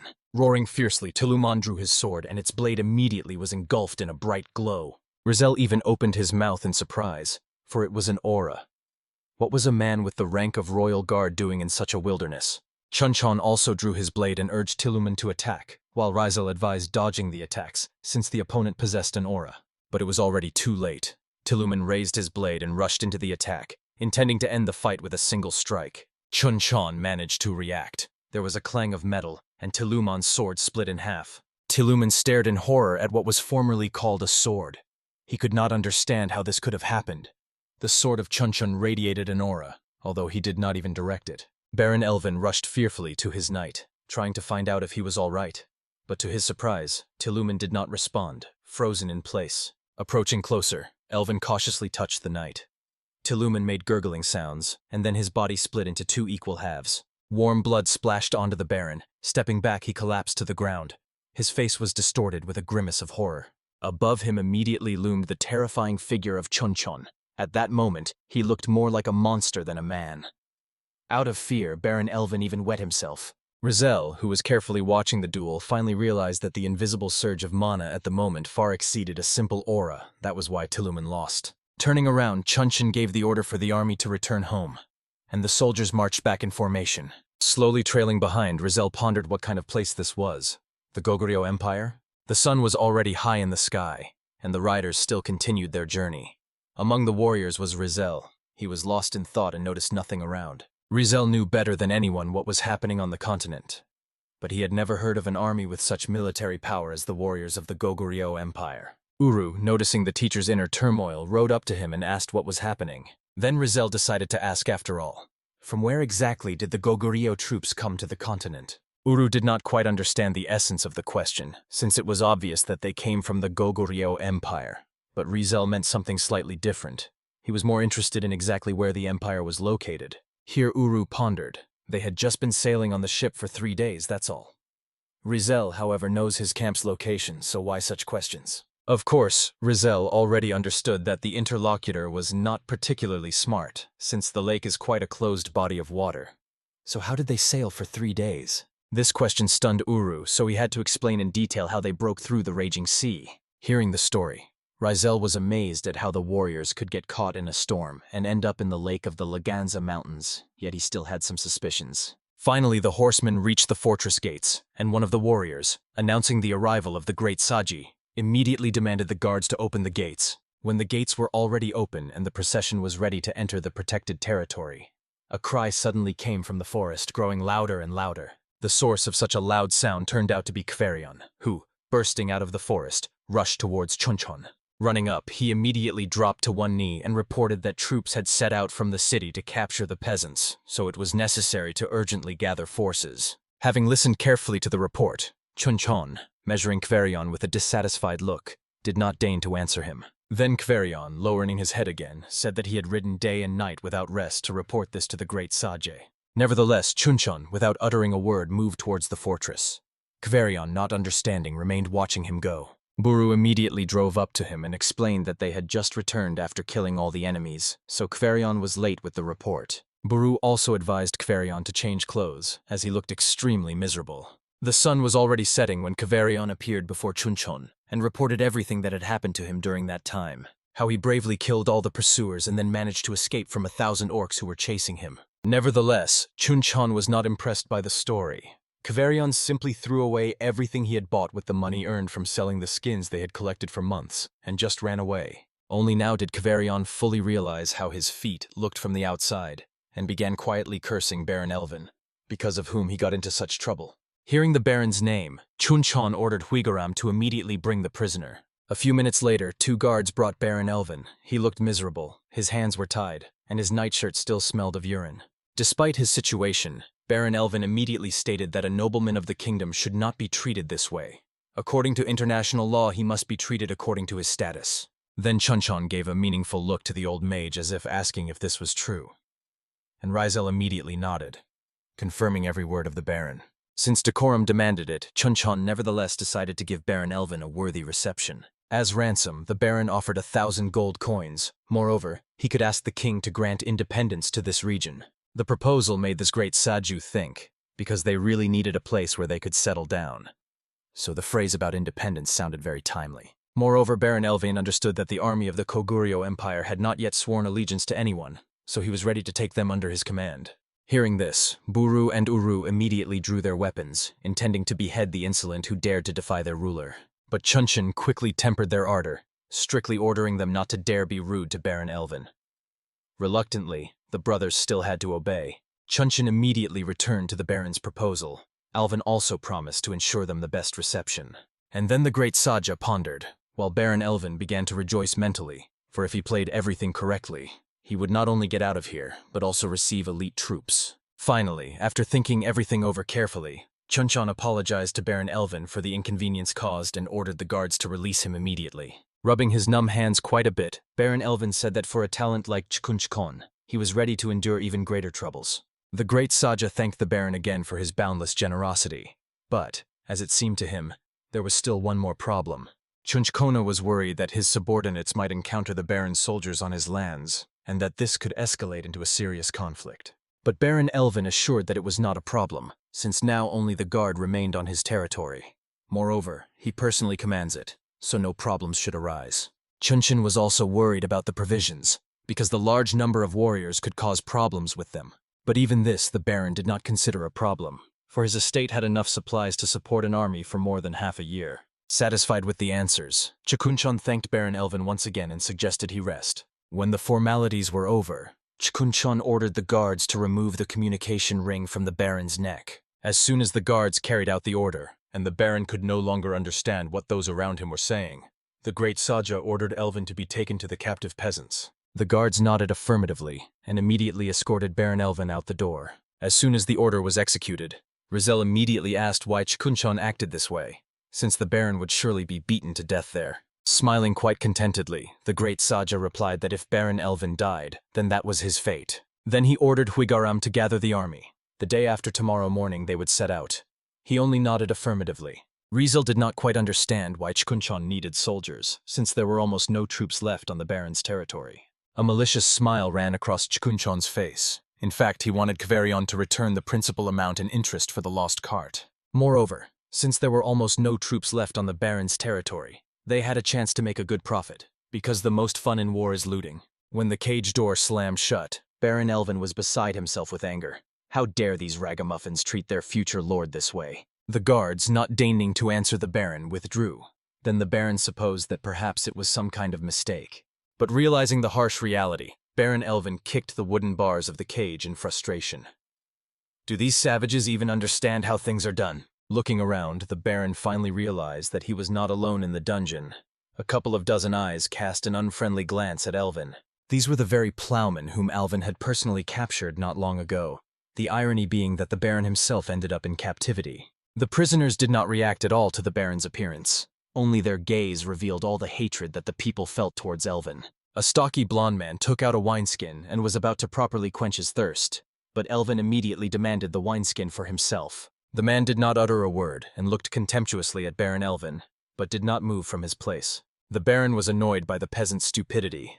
Sighing heavily, Elvin approached the fair-haired man and with a kick sharply knocked the wineskin out of his hands. From the unexpected blow, the man staggered and fell to the ground, and Elvin, without wasting time, began to brutally beat the poor fellow with his feet. The blond man tried to defend himself from the blows as best he could and kept begging for mercy, but the Baron was deaf to his pleas. Theodore could no longer watch the beating and was about to rush to help the fair-haired man, but Simon sharply stopped his friend, reminding him that the guards would kill them if Baron Elvin got hurt. Before Theodore's eyes, scenes of the recent horror that the Baron and his men had wrought in his village surfaced. Isn't Simon and the others at all angered that even in such a situation Baron Elvin allows himself to behave this way? Although the others present were ashamed, they could do nothing, so they could only silently observe what was happening. Finally finishing this beating, Baron Elvin laughed heartily.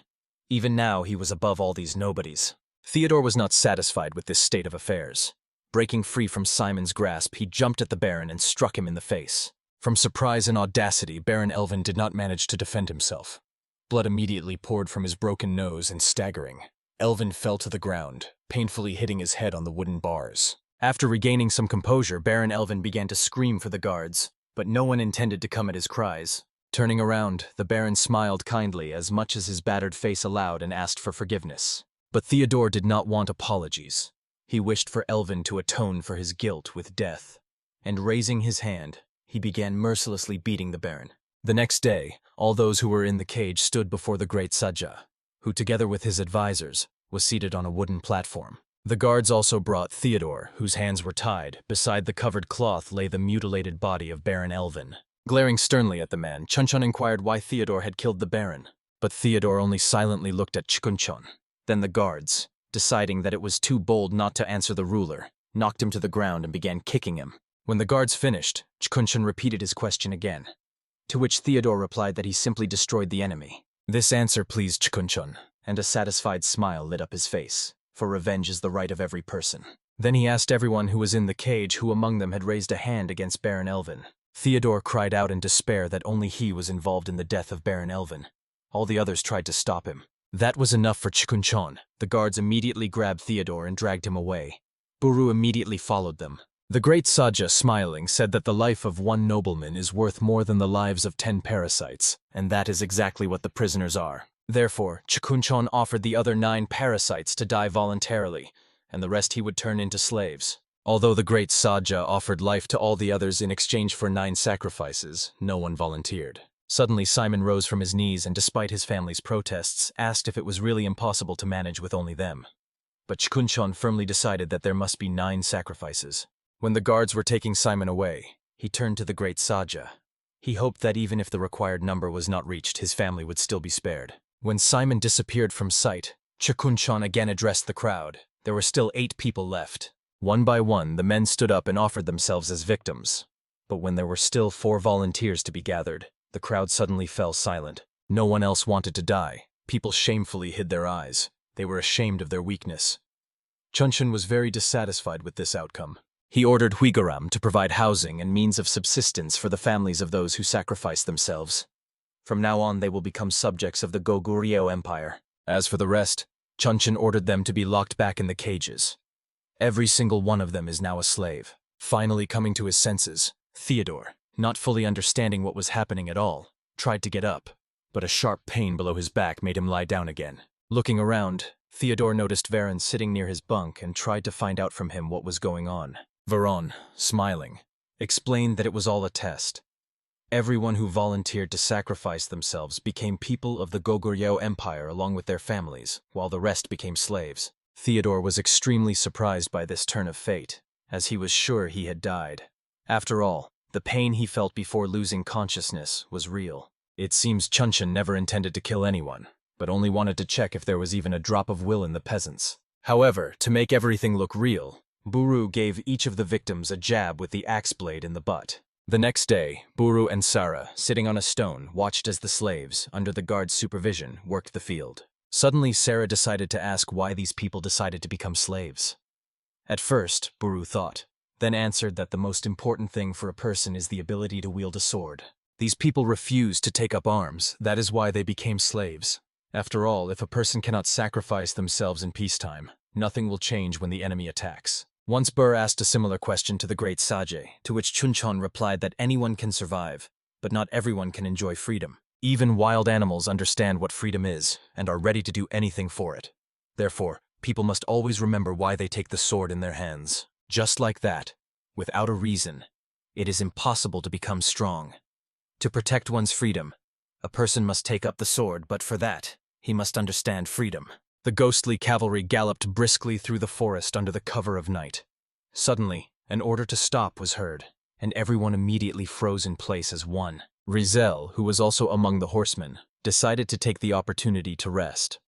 After all, the cavalry had covered in 3 days the distance that usually took a week. Suddenly, the approaching Uru reported that Rizel was being called by the great Saja. The old mage immediately jumped off his horse and followed the general. Passing through the forest thicket, Rizel was very surprised to find Chunchon standing at the edge of the cliff. Without turning around, the great Saja asked if Rizel understands that the warriors of the Goguryeo Empire and the local people are different. Of course, Rizel was aware of this, for despite his deep knowledge, no empire of Goguryeo existed in the world known to him. The answer greatly surprised and disappointed Chunchon. Rizel had also heard nothing about the states of Baekje, Silla, Paedal, or Huan, nor about the Tang dynasty. Where had they ended up then?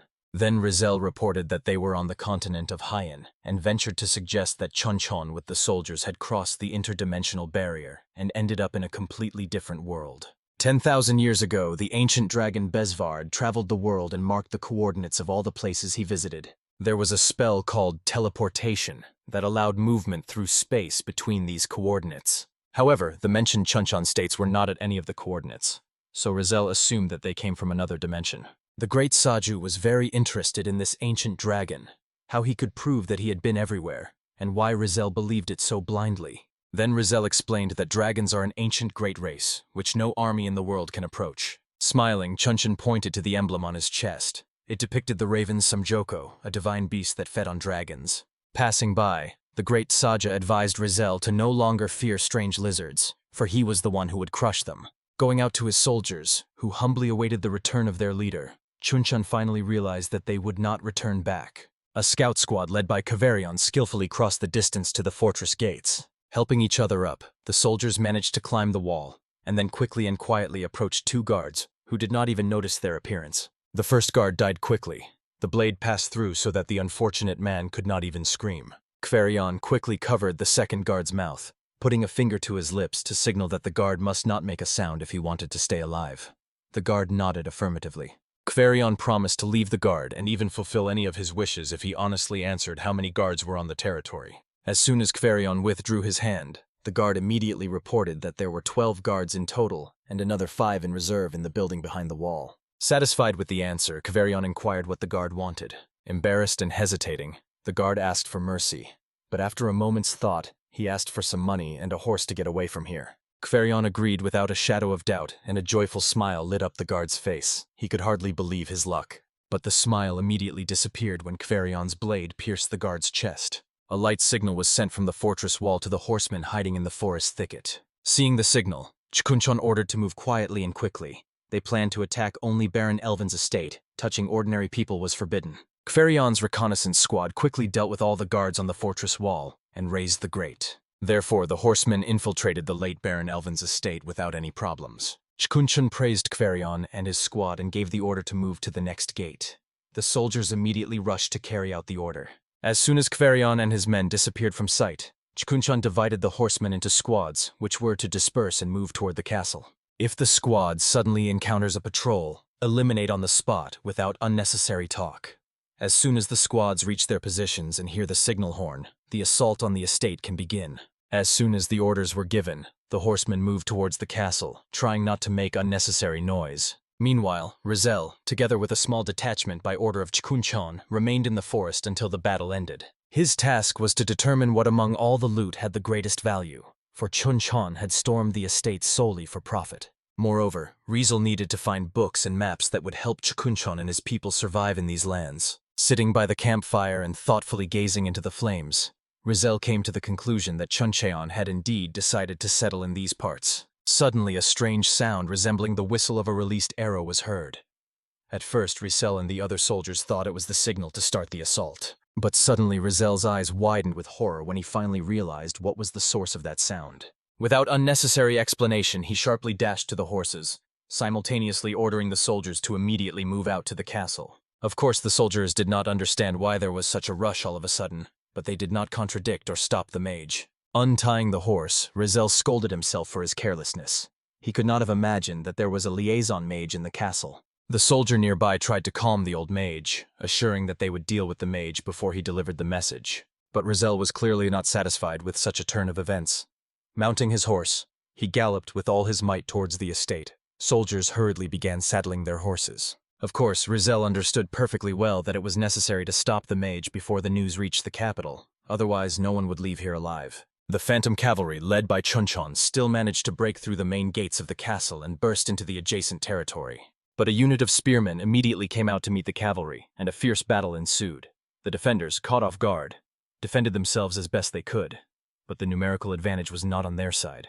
The cavalry was ordered to kill everyone who offered any resistance. No one was to escape. Fierce battles raged throughout the territory adjacent to the castle, the ranks of spearmen melting before their eyes. As soon as the Goguryeo warriors managed to break through to the castle, Chunchon ordered Uru to infiltrate inside and clear the estate. A small detachment led by Uru, having broken down the main doors, entered the estate. Uru promised that if anyone managed to leave the estate alive, he would personally tear off the head of the offender. The soldiers immediately dispersed, while Uru, accompanied by 2 knights, decided to first inspect the basement, as something interesting could usually be hidden there. Carefully descending the spiral staircase, Uru suddenly heard a strange sound, and with a gesture ordered the 2 soldiers to stop. Pressing his ear to the wall, he began to listen to the suspicious sound. It was clearly a human voice, so Uru, drawing his bowstring, signaled the soldiers to continue their descent, expecting an ambush at every step. Finally, having descended downstairs, Uru carefully peered around the corner and discovered a strange-looking man, most likely the local jailer. Without much thought, Uru fired a shot. Moans were heard, followed by a dull thud. Since the dungeon was quite dark, Uru ordered to find a torch. When the light illuminated the dungeon, Uru and the soldiers found the jailer dead, an arrow piercing him through, pinning the poor man to the wall. Carefully examining the cell, to his surprise, Uru and the soldiers found a girl chained to the wall. The warriors were enchanted by the woman's beauty, her skin white as jade and her ears were pointed. Of course, the Goguryeo warriors did not know that the chained girl was an elf, so, deciding that a fairy stood before them, all 3 immediately fell to their knees. Opening her eyes, the elf was very surprised. A tall dwarf with a bow instead of an axe, and 2 humans. The proud lands bowed their heads before her. Could she be asleep?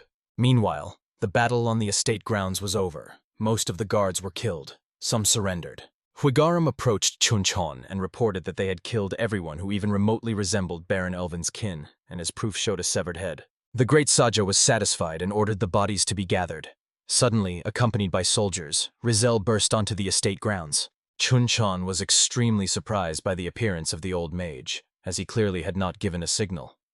So what made Rizal leave his hiding place? Out of breath, Rizal reported that there was a communication mage on the estate grounds who needed to be eliminated immediately. Rizal was about to suggest questioning the family or the servants of Baron Elvin about the whereabouts of the mage, but noticing the severed head in Huigaram's hands, he was horrified. Then Uru appeared from the estate accompanied by 2 soldiers carrying a girl on his back. Running up to Chunchon, he reported that they had managed to save the fairy. Of course, Chunchon was already informed about the elves, but how did Uru manage to find the elf in Baron Elvin's estate? Rizal was about to explain to Uru that the figure behind him was not a human and certainly not a fairy. But Chunchon stopped him, noticing some movement on one of the towers. Rizal's eyes widened in horror. It was a communication mage who had already begun gathering energy. The communication spell acted like a magical beacon.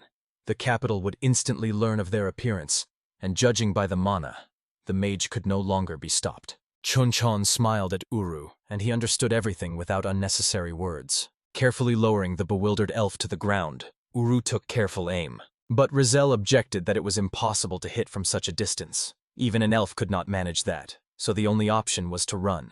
Nevertheless, Uru ignored the old mage's remark and after taking careful aim, fired. To everyone's surprise, the mana disappeared after a second, and the communication mage fell like a stone. The soldiers, urged on by Uru, actively carried the loot into the inner courtyard. Deciding to personally sort the loot, Uru, accompanied by 2 warriors, proceeded to the estate, where he encountered a soldier carrying a box with strange contents. Uru immediately asked the soldier if it would be possible to sell such strange things, but the soldier had no definite answer. Suddenly, a piercing scream was heard from the neighboring room, and Uru and the soldiers rushed there at once. Opening the door, they found Rizal lamenting over a broken vial of mandrake extract. Of course, Uru did not know how valuable this extract was, so he tried to calm the old mage. But the angry Rizal first ordered everyone to leave, and then pushed Uru and the soldiers out the door himself. As soon as the door slammed shut, Rizal, falling onto the carpet, continued to mourn his so precious loss. Then Uru decided to check how things were going in the central hall. The soldiers were diligently moving the loot. One of them, seeing Uru, immediately reported that they had taken out all the most valuable items. Looking around carefully, Uru noticed good quality plate armor that his subordinates had forgotten about. Pointing to the armor, Uru ordered them to collect it immediately. The soldiers did not quite understand why they needed extra weight in the wagons. Poking a soldier in the chest, Uru replied that they would melt down the armor into arrows or something truly necessary, since there was not enough iron in the camp. In the central hall, Chunchon thoughtfully examined all the loot that his subordinates had managed to find on the estate grounds. To transport everything, they clearly did not have enough carts. So Chunchon ordered Huigaram to take 40 soldiers and distribute the surplus grain to the townspeople, prioritizing those who looked poorer. So he ordered to break or crush those very plate armors before loading. The soldiers immediately began to carry out the order, while the prisoners watched in horror as an entire estate, which could have supported several years of living, was destroyed. Finally finishing work, the soldiers smiled quite a bit.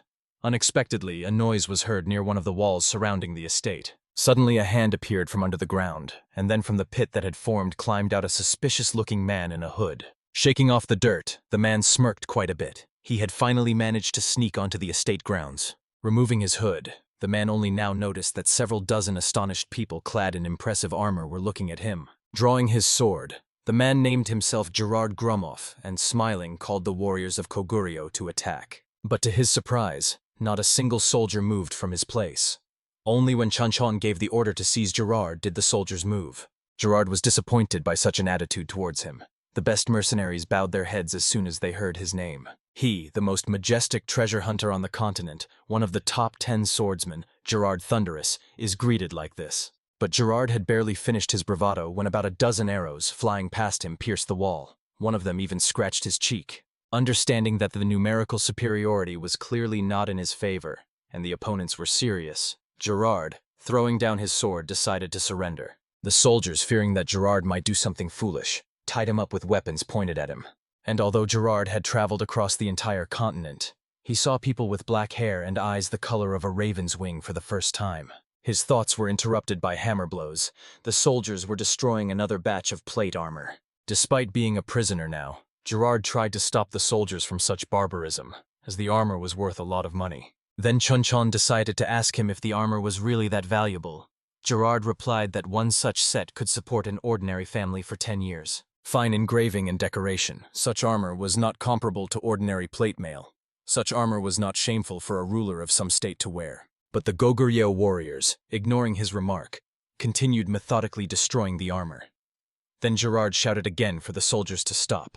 Finally, Chunchon gave the order to stop, hoping that at least something might have survived. But his hopes were dashed by Uru, who, smiling kindly, reported that he had personally dealt with the armor that the soldiers had not yet broken. Gerard was devastated. His carefree life was crying out. He was a treasure hunter who usually earned by clearing dungeons. But while the war was ongoing, he tried not to stand out and got by with small jobs. Hearing that Baron Elvin led the troops to the Laganza Mountains, Gerard came here to make some money. For him, the greatest hunter on the continent, robbing an empty house was a piece of cake. But everything went wrong. Although for a swordmaster like Gerard, escaping was easy. However, he surrendered on purpose. The reason was Gerard's professional illness, insatiable curiosity. He needed to learn everything about these strange people. An unexpected blow to the face snapped Gerard out of his thoughts. Of course, he immediately resented why Chunchon did it. But he, passing by, only said that Gerard should no longer dare to speak to him arrogantly, and henceforth report important matters immediately. Not understanding why he should report to Chunchon, since he was not his subject, Gerard decided to endure until he satisfied his curiosity. Rizel, examining the crushed armor, concluded that Chunchon acted wisely, since now they needed materials and iron more than money. Moreover, Rizel believed that in wartime money was trash, so it was better to melt everything down, especially since they could get much more for dwarf-made armor. Dawn was approaching and Chunchon gave the order to return. The wagons loaded with loot, accompanied by riders, left Baron Elvin's estate. In the morning, the townspeople, to their surprise, found bread and grain at their doors. The news of the defeat of Baron Elvin's estate quickly spread around. Of course, the residents did not know who could have done it and were very worried about possible consequences.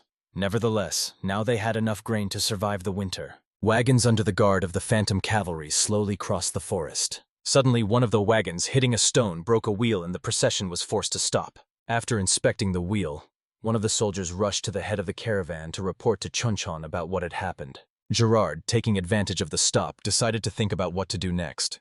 They were heading towards the infamous Laganza Mountains. The Goguryeo cavalry was clad in chainmail from head to toe. Even the horses were armored. It was also strange that their mana felt completely alien. Even Gerard, a master swordsman, could not accurately assess their strength. Of course, he understood that one mistake and escape would become impossible. But worrying about trifles was not his style. Despite the threats of the guards, Gerard rose from his knees, performed a somersault, broke the wooden bars of the cage, and was free. An alarm was instantly raised, and as soon as Gerard's feet touched the ground, several warriors already aimed their bows at him. Nevertheless, he was not inclined to give up so easily. Skillfully dodging the shots, he rushed to the nearest wagon loaded with loot. It was in this wagon that his travel bag was located. Quickly rummaging through it, Gerard took out a communication bracelet and uttering the activation phrase, he finally understood what the Goguryeo soldiers were saying. Hwigaram, who had managed to run to the noise, immediately ordered the other prisoners to calm down, dismount, and seize Gerard. Hwigaram's goal was to prevent Gerard from seizing a weapon. But to his surprise, Gerard again plunged his hand into the bag and pulled out his sword. The warriors were confused. How could such a huge sword fit into a small bag? Jumping off the cart, Gerard took a fighting stance, deciding it was time to run. Rushing forward, Gerard attacked Hwigaram, hoping that the heavy armor would slow him down. But to his surprise, Hwigaram easily parried the strike and Gerard had to retreat. Then, changing strategy, Gerard decided to test what the ordinary soldiers were capable of. After all, a commander remains a commander, and counting on an easy victory on his part was reckless. He attacked again, but this time at the last moment Gerard changed the blade's trajectory and attacked the soldier to the left of Hwigaram. What a shock Gerard experienced when the ordinary soldier blocked his strike just as easily, then delivered a sweeping blow which he barely dodged. Cursing, Gerard looked around. All without exception were clad in armor. It turned out escaping would be harder than he had thought, but surrendering was not in his rules. Raising his sword, Gerard launched an attack again against 3 opponents at once. Chunchon, who was watching the duel closely, noted that Gerard might be useful in the future. Uru, who was nearby and also observing the battle, agreed with him. Gerard's technique was indeed balanced, but it was not about technique at all, but about courage. Surely Gerard already understood that escaping would not be easy, yet his blade did not waver. The duel risked dragging on for a long time, as the warriors of Goguryeo could not fight at full strength without horses. Understanding this, Uru suggested sending a worthy swordsman to Gerard. He chose Kaverion as the candidate. Suddenly, Rizel approached them. He wanted to know what had happened in the rear and why there was a delay. Then Chunchon explained to him that Gerard had managed to get out of the cage. The warriors had cornered him, but he was desperately trying to break through. Seizing the moment, Gerard managed to deflect the strike of all 3 soldiers and tried to attack Huigaram. At the last moment, he still managed to block the lunge and attempted a counterattack. But Gerard, grouping himself, avoided the blow, then did a backflip and retreated. Soldiers immediately rushed to him, intending to finish the duel. Of course, Gerard understood that his opponents were experienced fighters. It was felt in every one of their movements. The longer he dawdled with them, the more problems he would have. Then roaring, Gerard used mana, charged his sword with lightning and struck. Huigaram and the 3 soldiers managed to block the strike, but the lightning charge was so strong that it threw them back. Gerard was amazed because the warriors managed to block his sword without even charging the weapon with mana. Nevertheless, he was no longer going to conserve his strength. Finally realizing who was in front of him, Rizel even opened his mouth in surprise. After all, it was Gerard Thunder, ranked among the top 10 swordsmen on the continent, and the only swordmaster among the free knights. The soldiers tried to stop Gerard, but he scattered them like kittens, managed to knock one to the ground, and was already raising his sword to deliver a deadly blow. But an unexpected strike from the side, which Gerard still managed to block, pushed him back. He did not understand what was happening. How could someone stop his 2-handed sword? Before him appeared Kveron, introducing himself and wishing to fight Gerard one-on-one. Then Gerard summoned lightning again, but Kveron did not even raise an eyebrow, although the soldiers behind immediately grabbed their swords. Gerard was furious. Could the opponent not take him seriously? Anger gave him strength. The lightning covering his sword grew brighter, and the ground beneath his feet sank. Kveron was pleased. So this is the true aura of the sword. But Gerard did not understand what aura was being referred to. Nevertheless, Gerard was not going to dwell on this for long and immediately rushed into attack. Shifting his weight onto his left leg, Kveron prepared to attack. And when Gerard was already ready to strike, Kveron swung and made a counter-thrust. Miraculously, Gerard managed to fold and avoid the blow. Retreating, he tried to strike from behind, but Kveron managed to parry the thrust. Despite all the power Gerard possessed, the blow was so strong that it threw him backward. Kveron, however, did not move from his place. Smiling, he turned around. It seemed he was about to leave. Of course, Gerard immediately protested. What did this all mean? How dare the opponent ignore him when they had just begun the duel? But Kveron did not even think of retreating. Catching the sword and taking a combat stance, he began to concentrate. Gerard immediately felt changes in the air currents. Could it be that the enemy was going to use mana? Immediately raising his sword and summoning lightning again, Gerard prepared to attack. Suddenly the air around him seemed to freeze. A second later he was hit by a gust of wind. His sword broke in half, and a crash was heard behind him. Looking back, Gerard laughed hysterically. For several meters, the trees behind him had been cut down. Nevertheless, Gerard still expressed his respect for the opponent's skill.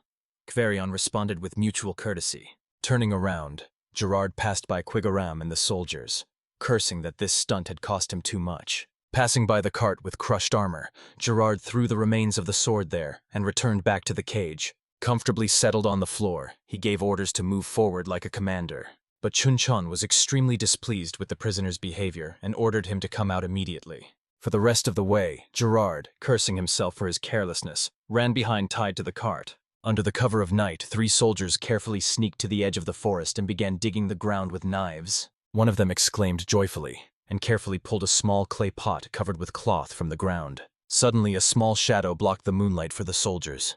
Crying out in fear, the soldiers, without raising their heads, began to apologize. The soldiers already thought that the ugly business had been caught personally by Buru, which meant punishment was inevitable, but they were just taking leftover grain to make some alcohol. But righteous punishment did not follow. Then one of the soldiers took a risk and slowly raised his gaze. Instead of Buru, one of the stone brothers with a red beard named Galling looked at him in surprise. Taking a sip from this cup, Galling wiped his beard with his sleeve contentedly. The drink the soldiers offered him turned out to be not so bad. It resembled more of a stew, but it was quite easy to drink. The soldiers explained that they mistook Galling for Buru, which is why they were so frightened. Galling laughed good-naturedly. The soldiers were sneaking around so suspiciously that he and his comrades took them for enemies and decided to follow them. The soldiers still wanted to know if the local drink pleased Galling and his comrades. Of course, the drink was not bad, but after exchanging glances, the dwarves said in unison that they preferred beer more. The soldiers opened their mouths in surprise. They did not know what beer was, so they asked Galling to explain. The dwarves tried to explain as best they could, but the soldiers did not gain any clarity about the unknown drink. Then one of them sighed sadly and expressed a desire to try the strange drink someday. Galling immediately suggested to the soldiers to taste the beer. Since they were treated, they should also toast. Returning to the smithy and tasting the strange drink, the soldiers were impressed by its unparalleled taste. They had no doubt that the dwarves managed to brew such a delicacy, but they became curious about what exactly the beer was made from. Galling looked at the soldiers in surprise. The question seemed very simple to him, since everyone knows that beer is made from barley. Then it was the soldiers' turn to be surprised. Where did the dwarf get the barley? To which Galling, without hesitation, blurted out that they borrowed the barley from the warehouse. Before he could finish the sentence, Melvin and Trigon immediately shut his mouth. And then the soldiers realized why the porridge had stopped being served for several days. If the dwarves get caught, then they are all definitely doomed. This is not about collecting leftovers for cheap booze. This is serious. Nevertheless, Gallings assured the soldiers that he had everything under control. It's no coincidence that dwarves have a saying, caught means a crook, and if not, then a master. But as it turned out, Galling lacked the skill, and with a crash, the entrance door to the smithy flew to pieces, and Buru, clearly displeased, stormed inside. He heard every word perfectly, and now wished to bring punishment down on the heads of the guilty. The next morning, a trio of dwarves actively plowed the field allocated for barley. Buru, having taken a place on one of the towers, actively urged the guilty on. When night fell, the ghostly cavalry settled for a rest. In the center of the camp stood a large tent, which belonged to the great Sage. In the tent, Uru, Chunchon, and Rizel wanted to question the elf about how she ended up in such a deplorable condition. Rizel was the first to speak. Introducing himself, he greeted the child of the forest. The elf thanked them for the rescue and introduced herself in return. Her name was Hydia, and she belonged to the clan of the High Elves. Hearing this, Rizel even opened his mouth in surprise, because for ordinary elves, the High Elves were like supreme priests.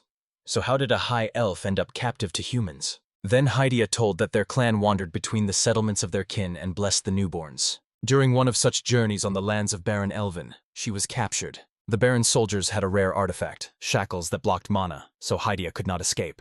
Rizel was extremely surprised at how Baron Elvin planned to deal with the consequences of what he had done, since even ordinary elves knew that if you touch a high elf, you inevitably bring upon yourself terrible revenge. Suddenly, Uru, a little embarrassed, asked the old mage to lend him a communication ring, but Chunchon immediately protested. How he had the audacity to ask for such a valuable relic for personal needs. Uru immediately apologized, but then recalled that Chunchon himself had used the ring improperly. Suddenly, Hydia stood up from the chair and approached Uru. Touching his forehead with hers, she said, "Iluen hayon sharoyem dialadium." As soon as the words were spoken, the tent was illuminated by a bright light. Rizel and Chunchon watched the event attentively. When the light went out, Hydia bowed her head and greeted Uru, who to his surprise understood her perfectly. Then Chunchon decided to ask Rizel what was actually happening, how Uru was able to understand the elf's speech. In turn, Rizel tried to explain that the High Elves possess divine power that allows them to harmonize their speech with the language of the interlocutor. In a way, this could be called magic. Although Hydia said she belonged to the elf race, Uru still fell to his knees before her, continuing to consider her a fairy. Leaning down and looking into Uru's eyes, Hydia said she felt the mighty winds of the continent rushing over the land. Uru smiled joyfully. Could it be that Hydia was speaking about him now? She smiled in response and nodded affirmatively. Then Hydia looked at Rizel and asked him not to hurry, telling him that one day he would overcome obstacles on the path to enlightenment and achieve harmony with eternity. Bowing his head, Rizel thanked the elf for the guidance. Not fully understanding what was happening, Chunchon decided to ask what exactly Hydia was doing. To which Rizel replied that one of the features of the High Elves is the ability to see the essence of things. Kneeling down and looking into Hydia's eyes, Chunchon asked what she saw in his eyes. Hydia found it difficult to answer this question, for in Chunchon's eyes she saw only emptiness and nothing more. Hearing this, Uru burst into loud laughter. Could it be that Hydia wanted to say that their general's head was empty? But Uru did not laugh for long. Chunchon quickly reprimanded him, and then simply dragged the unconscious body out of the tent. The next day, the ghostly cavalry led by Chunchon had to cross a gorge. When they had already passed more than half the way, suddenly a command to stop was sounded. Ahead, their path was blocked by a whole horde of orcs. The leader of this pack of orcs was Bubakal, the son of the very Muqabal, who fell at the hands of the Goguryeo warriors. Uru immediately ordered the archers to fall back, and personally led the ghostly cavalry, which had advanced forward, to the left flank. Noticing this rearrangement, Bubakal immediately called the orcs to cluster together, but unlike Muqabal, who left passages for the enemy, Bubakal blocked all paths for the cavalry without exposing his warriors to fire, especially since this time there were only a dozen riders against them. Galloping at full speed, Uru did not understand at all what was happening and why the orcs had clustered together. Hydia, who was sitting behind Uru, noticed that a single cavalry unit could not break through such a dense formation of orcs. So why were the riders charging headlong instead of waiting for reinforcements? Having asked Hydia to hold the horse, Uru raised his bow and took aim. The riders behind him followed his example. Hydia was extremely amazed. Uru sat very confidently in the saddle despite having dropped the reins, for even elves did not achieve such unity with their mounts. Looking back, he asked Hydia to hold on tighter. She immediately pressed closer to him, and Uru himself smiled and fired. The shot was extremely accurate. The arrow hit the orc right between the eyes. Immediately after, the mounted riders fired volleys, each arrow hitting its target precisely. Hydia's astonishment knew no bounds. The arrows, released by the children of nature, were guided by the elements themselves, but in these arrows she did not feel even a trace of spirit power. Hydia also noticed that the technique of the Goguryeo warriors was different.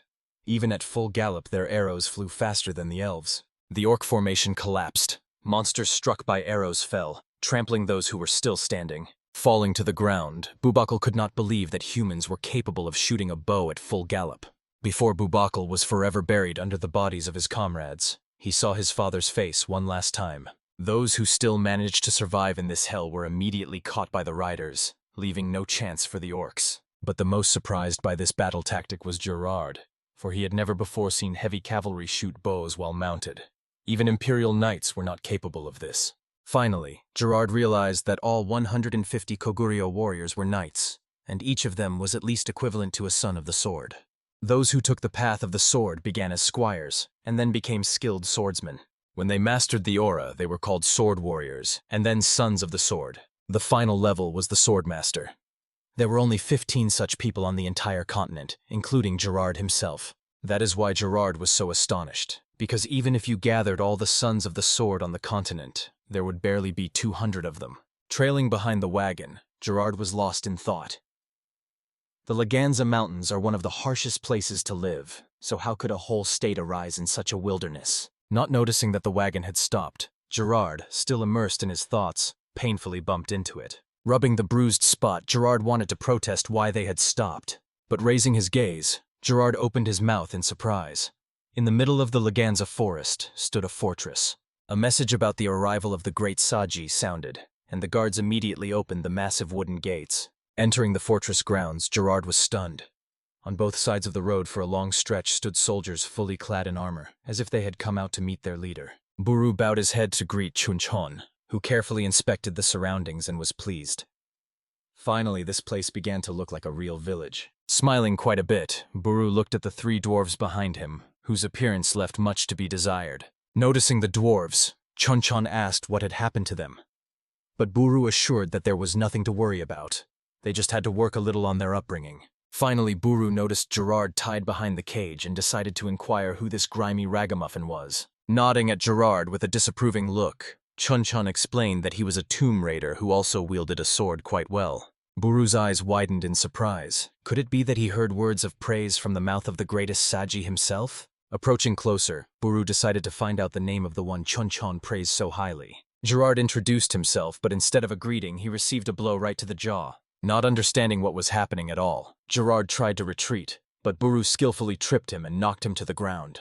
Then he began mercilessly beating Gerard. The thing was that Buru did not hear the name clearly, and decided that the stranger called him a fatso, so he flared up. Rizal, who was watching what was happening, did not understand why Buru was so cruel, since Gerard had simply said his name. Chunchon, who was also observing, ordered Gerard to be hanged. Of course, Rizal tried to object, since Sir Gerard was a master swordsman. But Chunchon did not listen to him and simply left. At sunset, wandering around the fortress grounds among the still unfinished buildings, Rizal was attracted by a shout and swearing. Passing by the source of the noise, Rizal discovered Gerard, who was dangling upside down. Nearby was Chunchon. Despite Gerard's swearing and threats, the great Saja remained calm. Then he swung his sword. Rizal immediately shouted, trying to stop Chunchon. He wanted to know why the great Saja was acting this way. Chunchon stopped the sword a couple of centimeters from the prisoner's face, and then, without turning around, replied that Gerard needed to be finished off now, so as not to regret it in the future. Then Rizal tried to object. After all, Gerard Thunder was known on the continent, and his murder would have consequences. But Chunchon was not worried about the consequences, because he dragged Gerard into the fortress not to show off. As it turned out, Gerard refused to serve Chunchon, and the loser in battle has little choice: serve the victor or die. Until now, Chunchon had been dealing with Gerard only because he could enter the top 10 of his strongest warriors. But since Gerard refused, there was no need to be ceremonious anymore. Gerard immediately protested. He was one of the 15 swordmasters on the continent. It was foolish to think that among the warriors of Goguryeo there were 9 men stronger than him. In Chunchon's opinion, he was still too inexperienced, though talented. If Gerard still joined him, he would fully reveal his potential. Gerard could not tolerate such treatment. After all, he was a swordmaster, and they treated him like an object, better death. Then Chunchon, swinging his blade, with one movement cut the rope, and Gerard, swearing, fell to the ground. Then Chunchon raised the sword upwards, and it was enveloped by a column of colorless aura. Rizal even gasped in surprise. Chunchon was able to summon an invisible aura blade without any mana attribute. The color of the aura blade always depends on the owner's attribute. For example, Gerard's is milky white, but Chunchon's aura had no color at all.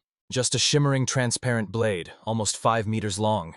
Gerard's 1 meter is nothing compared to that. Of course, Gerard was aware of the difference in strength, but he was still a knight. If Chunchon does not respect him, then at least let him not insult knightly honor. Hiding the sword in its sheath, Chunchon asked with contempt what exactly knightly honor is, which every knight shouts about in turn. Gerard was very surprised. Could it be that Chunchon does not know what it is? A knight is loyal to his lord and must protect the weak. In response, Chunchon only smiled maliciously. Is that all? A domestic dog is also loyal to its owner, and growls, protecting its puppies. By Gerard's logic, it turns out that a dog is also a knight. Gerard was about to object, but Chunchon, not waiting for an answer, turned around and ordered him to follow. Now Gerard would personally see what a true knight is. Chunchon, accompanied by Gerard and Rizal, approached the training ground where former plowmen were training with the warriors of Goguryeo. Pointing to the fighters on the ground, Chunchon said that these are the knights. But Gerard did not understand what he meant, as it looked more like a bunch of riffraff, but certainly not knights. The fighters, noticing that the great Saja himself had come to watch them, immediately straightened up and lined up in ranks awaiting orders. Pointing to the fighter in the first row, Chunchon asked why he was here, to which the former farmer answered without hesitation: to defeat his enemies and protect the country, because then he could save his family. Then Chunchon asked why the fighter should fight, since he could die in battle, but if he surrendered, both he and his family would survive. But the fighter replied that this was simply impossible, because then they would lose their will. Gerard was very impressed by such an answer. His abilities were so-so, but the boy had spirit. Nevertheless, anyone like that is trained at any knight academy. Of course, Chunchon agreed with him, but 3 months ago the people before them were simple farmers. If Gerard valued the empty title of knight so much, they would not keep it for him. But Chunchon asked him to remember one thing: everyone takes up the sword for one reason, and the title of knight does not make this reason special. The people before him took up the sword to defend the country they built. Whether to stay or leave could only be decided by Gerard, however. Chunchon warned him that if he did leave the fortress, there would be no mercy at their next meeting. The next day, Gerard, walking around the district, kept thinking about yesterday's events. Suddenly, Gerard's attention was caught by children who, to his surprise, were practicing archery. As it turned out, the soldiers gave the children bows, but Gerard could not understand why exactly they did this. The answer turned out to be simply that the children wanted to protect their mother. And according to the soldiers' assurances, one must know how to fight to live freely, as they do now. Seriously looking at the boy, Gerard was about to scold him, but suddenly Rizal called out to him. The old mage wanted to talk, so he suggested taking a walk. Leisurely strolling around the surroundings, Gerard suddenly asked where the warriors of Goguryeo originally came from. Rizal did not know the exact answer, but could only assume that they are people just like everyone else. Only their way of life differs. Then Gerard pondered. What about order? The nobility wields the pen and the sword to rule over the commoners. If the commoners master both, who will suppress the rebellion, and how will the nobility survive? Then Rizal explained that the Goguryeo Empire highly values strength, yet their thoughts are clear. When Rizal asked Chunchon if he was not afraid of a rebellion by teaching commoners literacy and martial arts, Chunchon only smiled in response, saying it is simply necessary to ensure that there is no rebellion. If people do not know why they take up the sword, then they will never see victory. If they do not know what they are protecting and what the victory is for, such a victory is worthless. Therefore, people must know and be wise so that the ruler does not make mistakes in the future. Gerard immediately protested. He could not understand what this even meant. But Rizal replied that these are merely the thoughts of the man he calls his lord. Rulers have duty and responsibility, and if they make fools of the people, it will lead to the ruin of the ruler and the country. After a few days, Chunchon decided to inspect his possessions. Leisurely walking, he was immersed in thoughts about their future. Suddenly, Gerard appeared to meet him. After long deliberations, he still decided to accept Chunchon's offer and stay. The great Saja was very pleased with such a decision. Nevertheless, Gerard wanted to know if it was true that Chunchon would let him go if he decided to leave. Of course, Chunchon would kill him in case of refusal. An ironic smile appeared on Gerard's face. Therefore, he decided to ask why then Chunchon did not immediately tell him to choose between death and service. Why lie? The answer was quite simple. Chunchon did not need cowards clinging to life. Now Gerard began to understand why Chunchon demanded sincerity even from simple peasants. Nevertheless, he was curious to know how all this would end. Kneeling on one knee, Gerard Thunder, a free knight of the continent, swore loyalty to Chunchon before the heavens. With respect, Chunchon accepted his oath, asking to be killed if he strayed from the righteous path. Rising from his knees, Gerard departed. Unexpectedly, a vision of his near future appeared before him. He, clad in heavy armor, was at the head of a ghostly cavalry. Such a future pleased Gerard, and smiling he continued on his way. Watching the departing knight, Chunchon exhaled with relief. Now, for some time, there was no need to worry about money, because now he had a specialist in dungeons with him. Standing on the pier, Chunchon, gazing into the night sky, recalled the words of Rizal and Huigaram. There was no way back, and Chunchon had to make a choice he believed he was not ready for. The next day, to the surprise of Huigaram and Mudon, the great Saja appeared in the meeting hall in full battle armor. Chunchon ordered them to immediately gather all generals of adjutant rank and above and not to forget to call Rizal and Gerard. Not understanding what was happening and why they were summoned so urgently to the meeting hall, Rizal and Gerard ran at full speed. It was not worth angering the lord. Bursting into the meeting hall, they found an unusual scene. Chunchon sat at the head of the table, and on both sides, in full armor, stood the generals and senior military ranks of Goguryeo. Rizal and Gerard were impressed. Even at the Imperial Council, one would not see such precise discipline. The generals looked like privates before their lord. Casting a glance over those present, Chunchon asked if everyone was in place, to which Huigaram nodded affirmatively. Without unnecessary words, the servant brought out and placed a small wooden casket before Chunchon. As soon as the great Saja slightly opened the casket, everyone in the hall felt a colossal surge of power. The generals immediately stood at attention. Gerard also felt the tension but, like Rizal, had no idea what was going on at all. Carefully taking the banner from the chest, which was the source of unimaginable power, Chunchon descended and handed it to Huigaram. And while Huigaram was assembling the flagpole, Chunchon addressed his people. Now they had nowhere to return to, and retreat was not an option. That is why Chunchon made the difficult decision that here they would continue the history of Goguryeo. As soon as Huigaram hoisted the banner on the flagpole, the warriors immediately dropped to one knee as a sign of their loyalty to the empire. With their mouths open, Rizal and Gerard watched what was happening, wondering what this banner could mean. Carefully taking the flag from Huigaram's hands, Chunchon headed for the exit. Without any words, the knights rose from their knees and followed their leader. Hydia, who was spending time in the forest thicket with its inhabitants, also felt a surge of energy. In strength, it resembled a dragon's aura, although Hydia was certain it was not hers. In the smithy, the old man Chan even stopped working when he saw the flow of energy coming from the meeting hall. He immediately jumped up and ran to the adjacent room. The dwarves were extremely puzzled as to why the work suddenly stopped, because if the metal cooled, it would have to be reheated. Galing was about to check what was happening, but suddenly old man Chan came out to them fully clad in armor, with a wooden case on his back. Then the dwarves asked again why he stopped the work, but Chan, without answering them, headed to the source of the energy. The dwarves exchanged glances and followed him. Chunchon, with a banner in his hands, accompanied by the highest military command, entered the village. Seeing him, the men dressed in light armor, armed themselves, left their homes, and joined the procession. Climbing onto the wooden platform, Chunchon struck the flagpole on the ground, and the soldiers immediately lined up, kneeling, awaiting the words of their lord.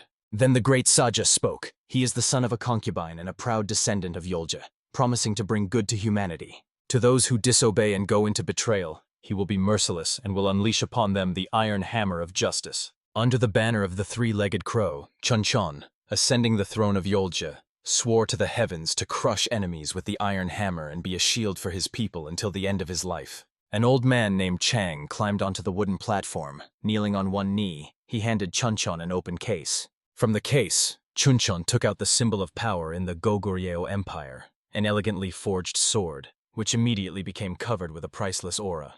Raising the sword upward, Chunchon declared that the Goguryeo Empire will not be a country ruled by Yolja, but a country that Yolja protects. Generals, ordinary soldiers, and even the villagers burst into joyful exclamations. Hydia, who was watching everything from the side, stepped forward and knelt, which greatly surprised the nearby dwarves, because high elves do not bow their heads to anyone, not even to dragons. Kneeling down, Hydia thus expressed respect to the person who surpassed harmony itself and illuminated this world.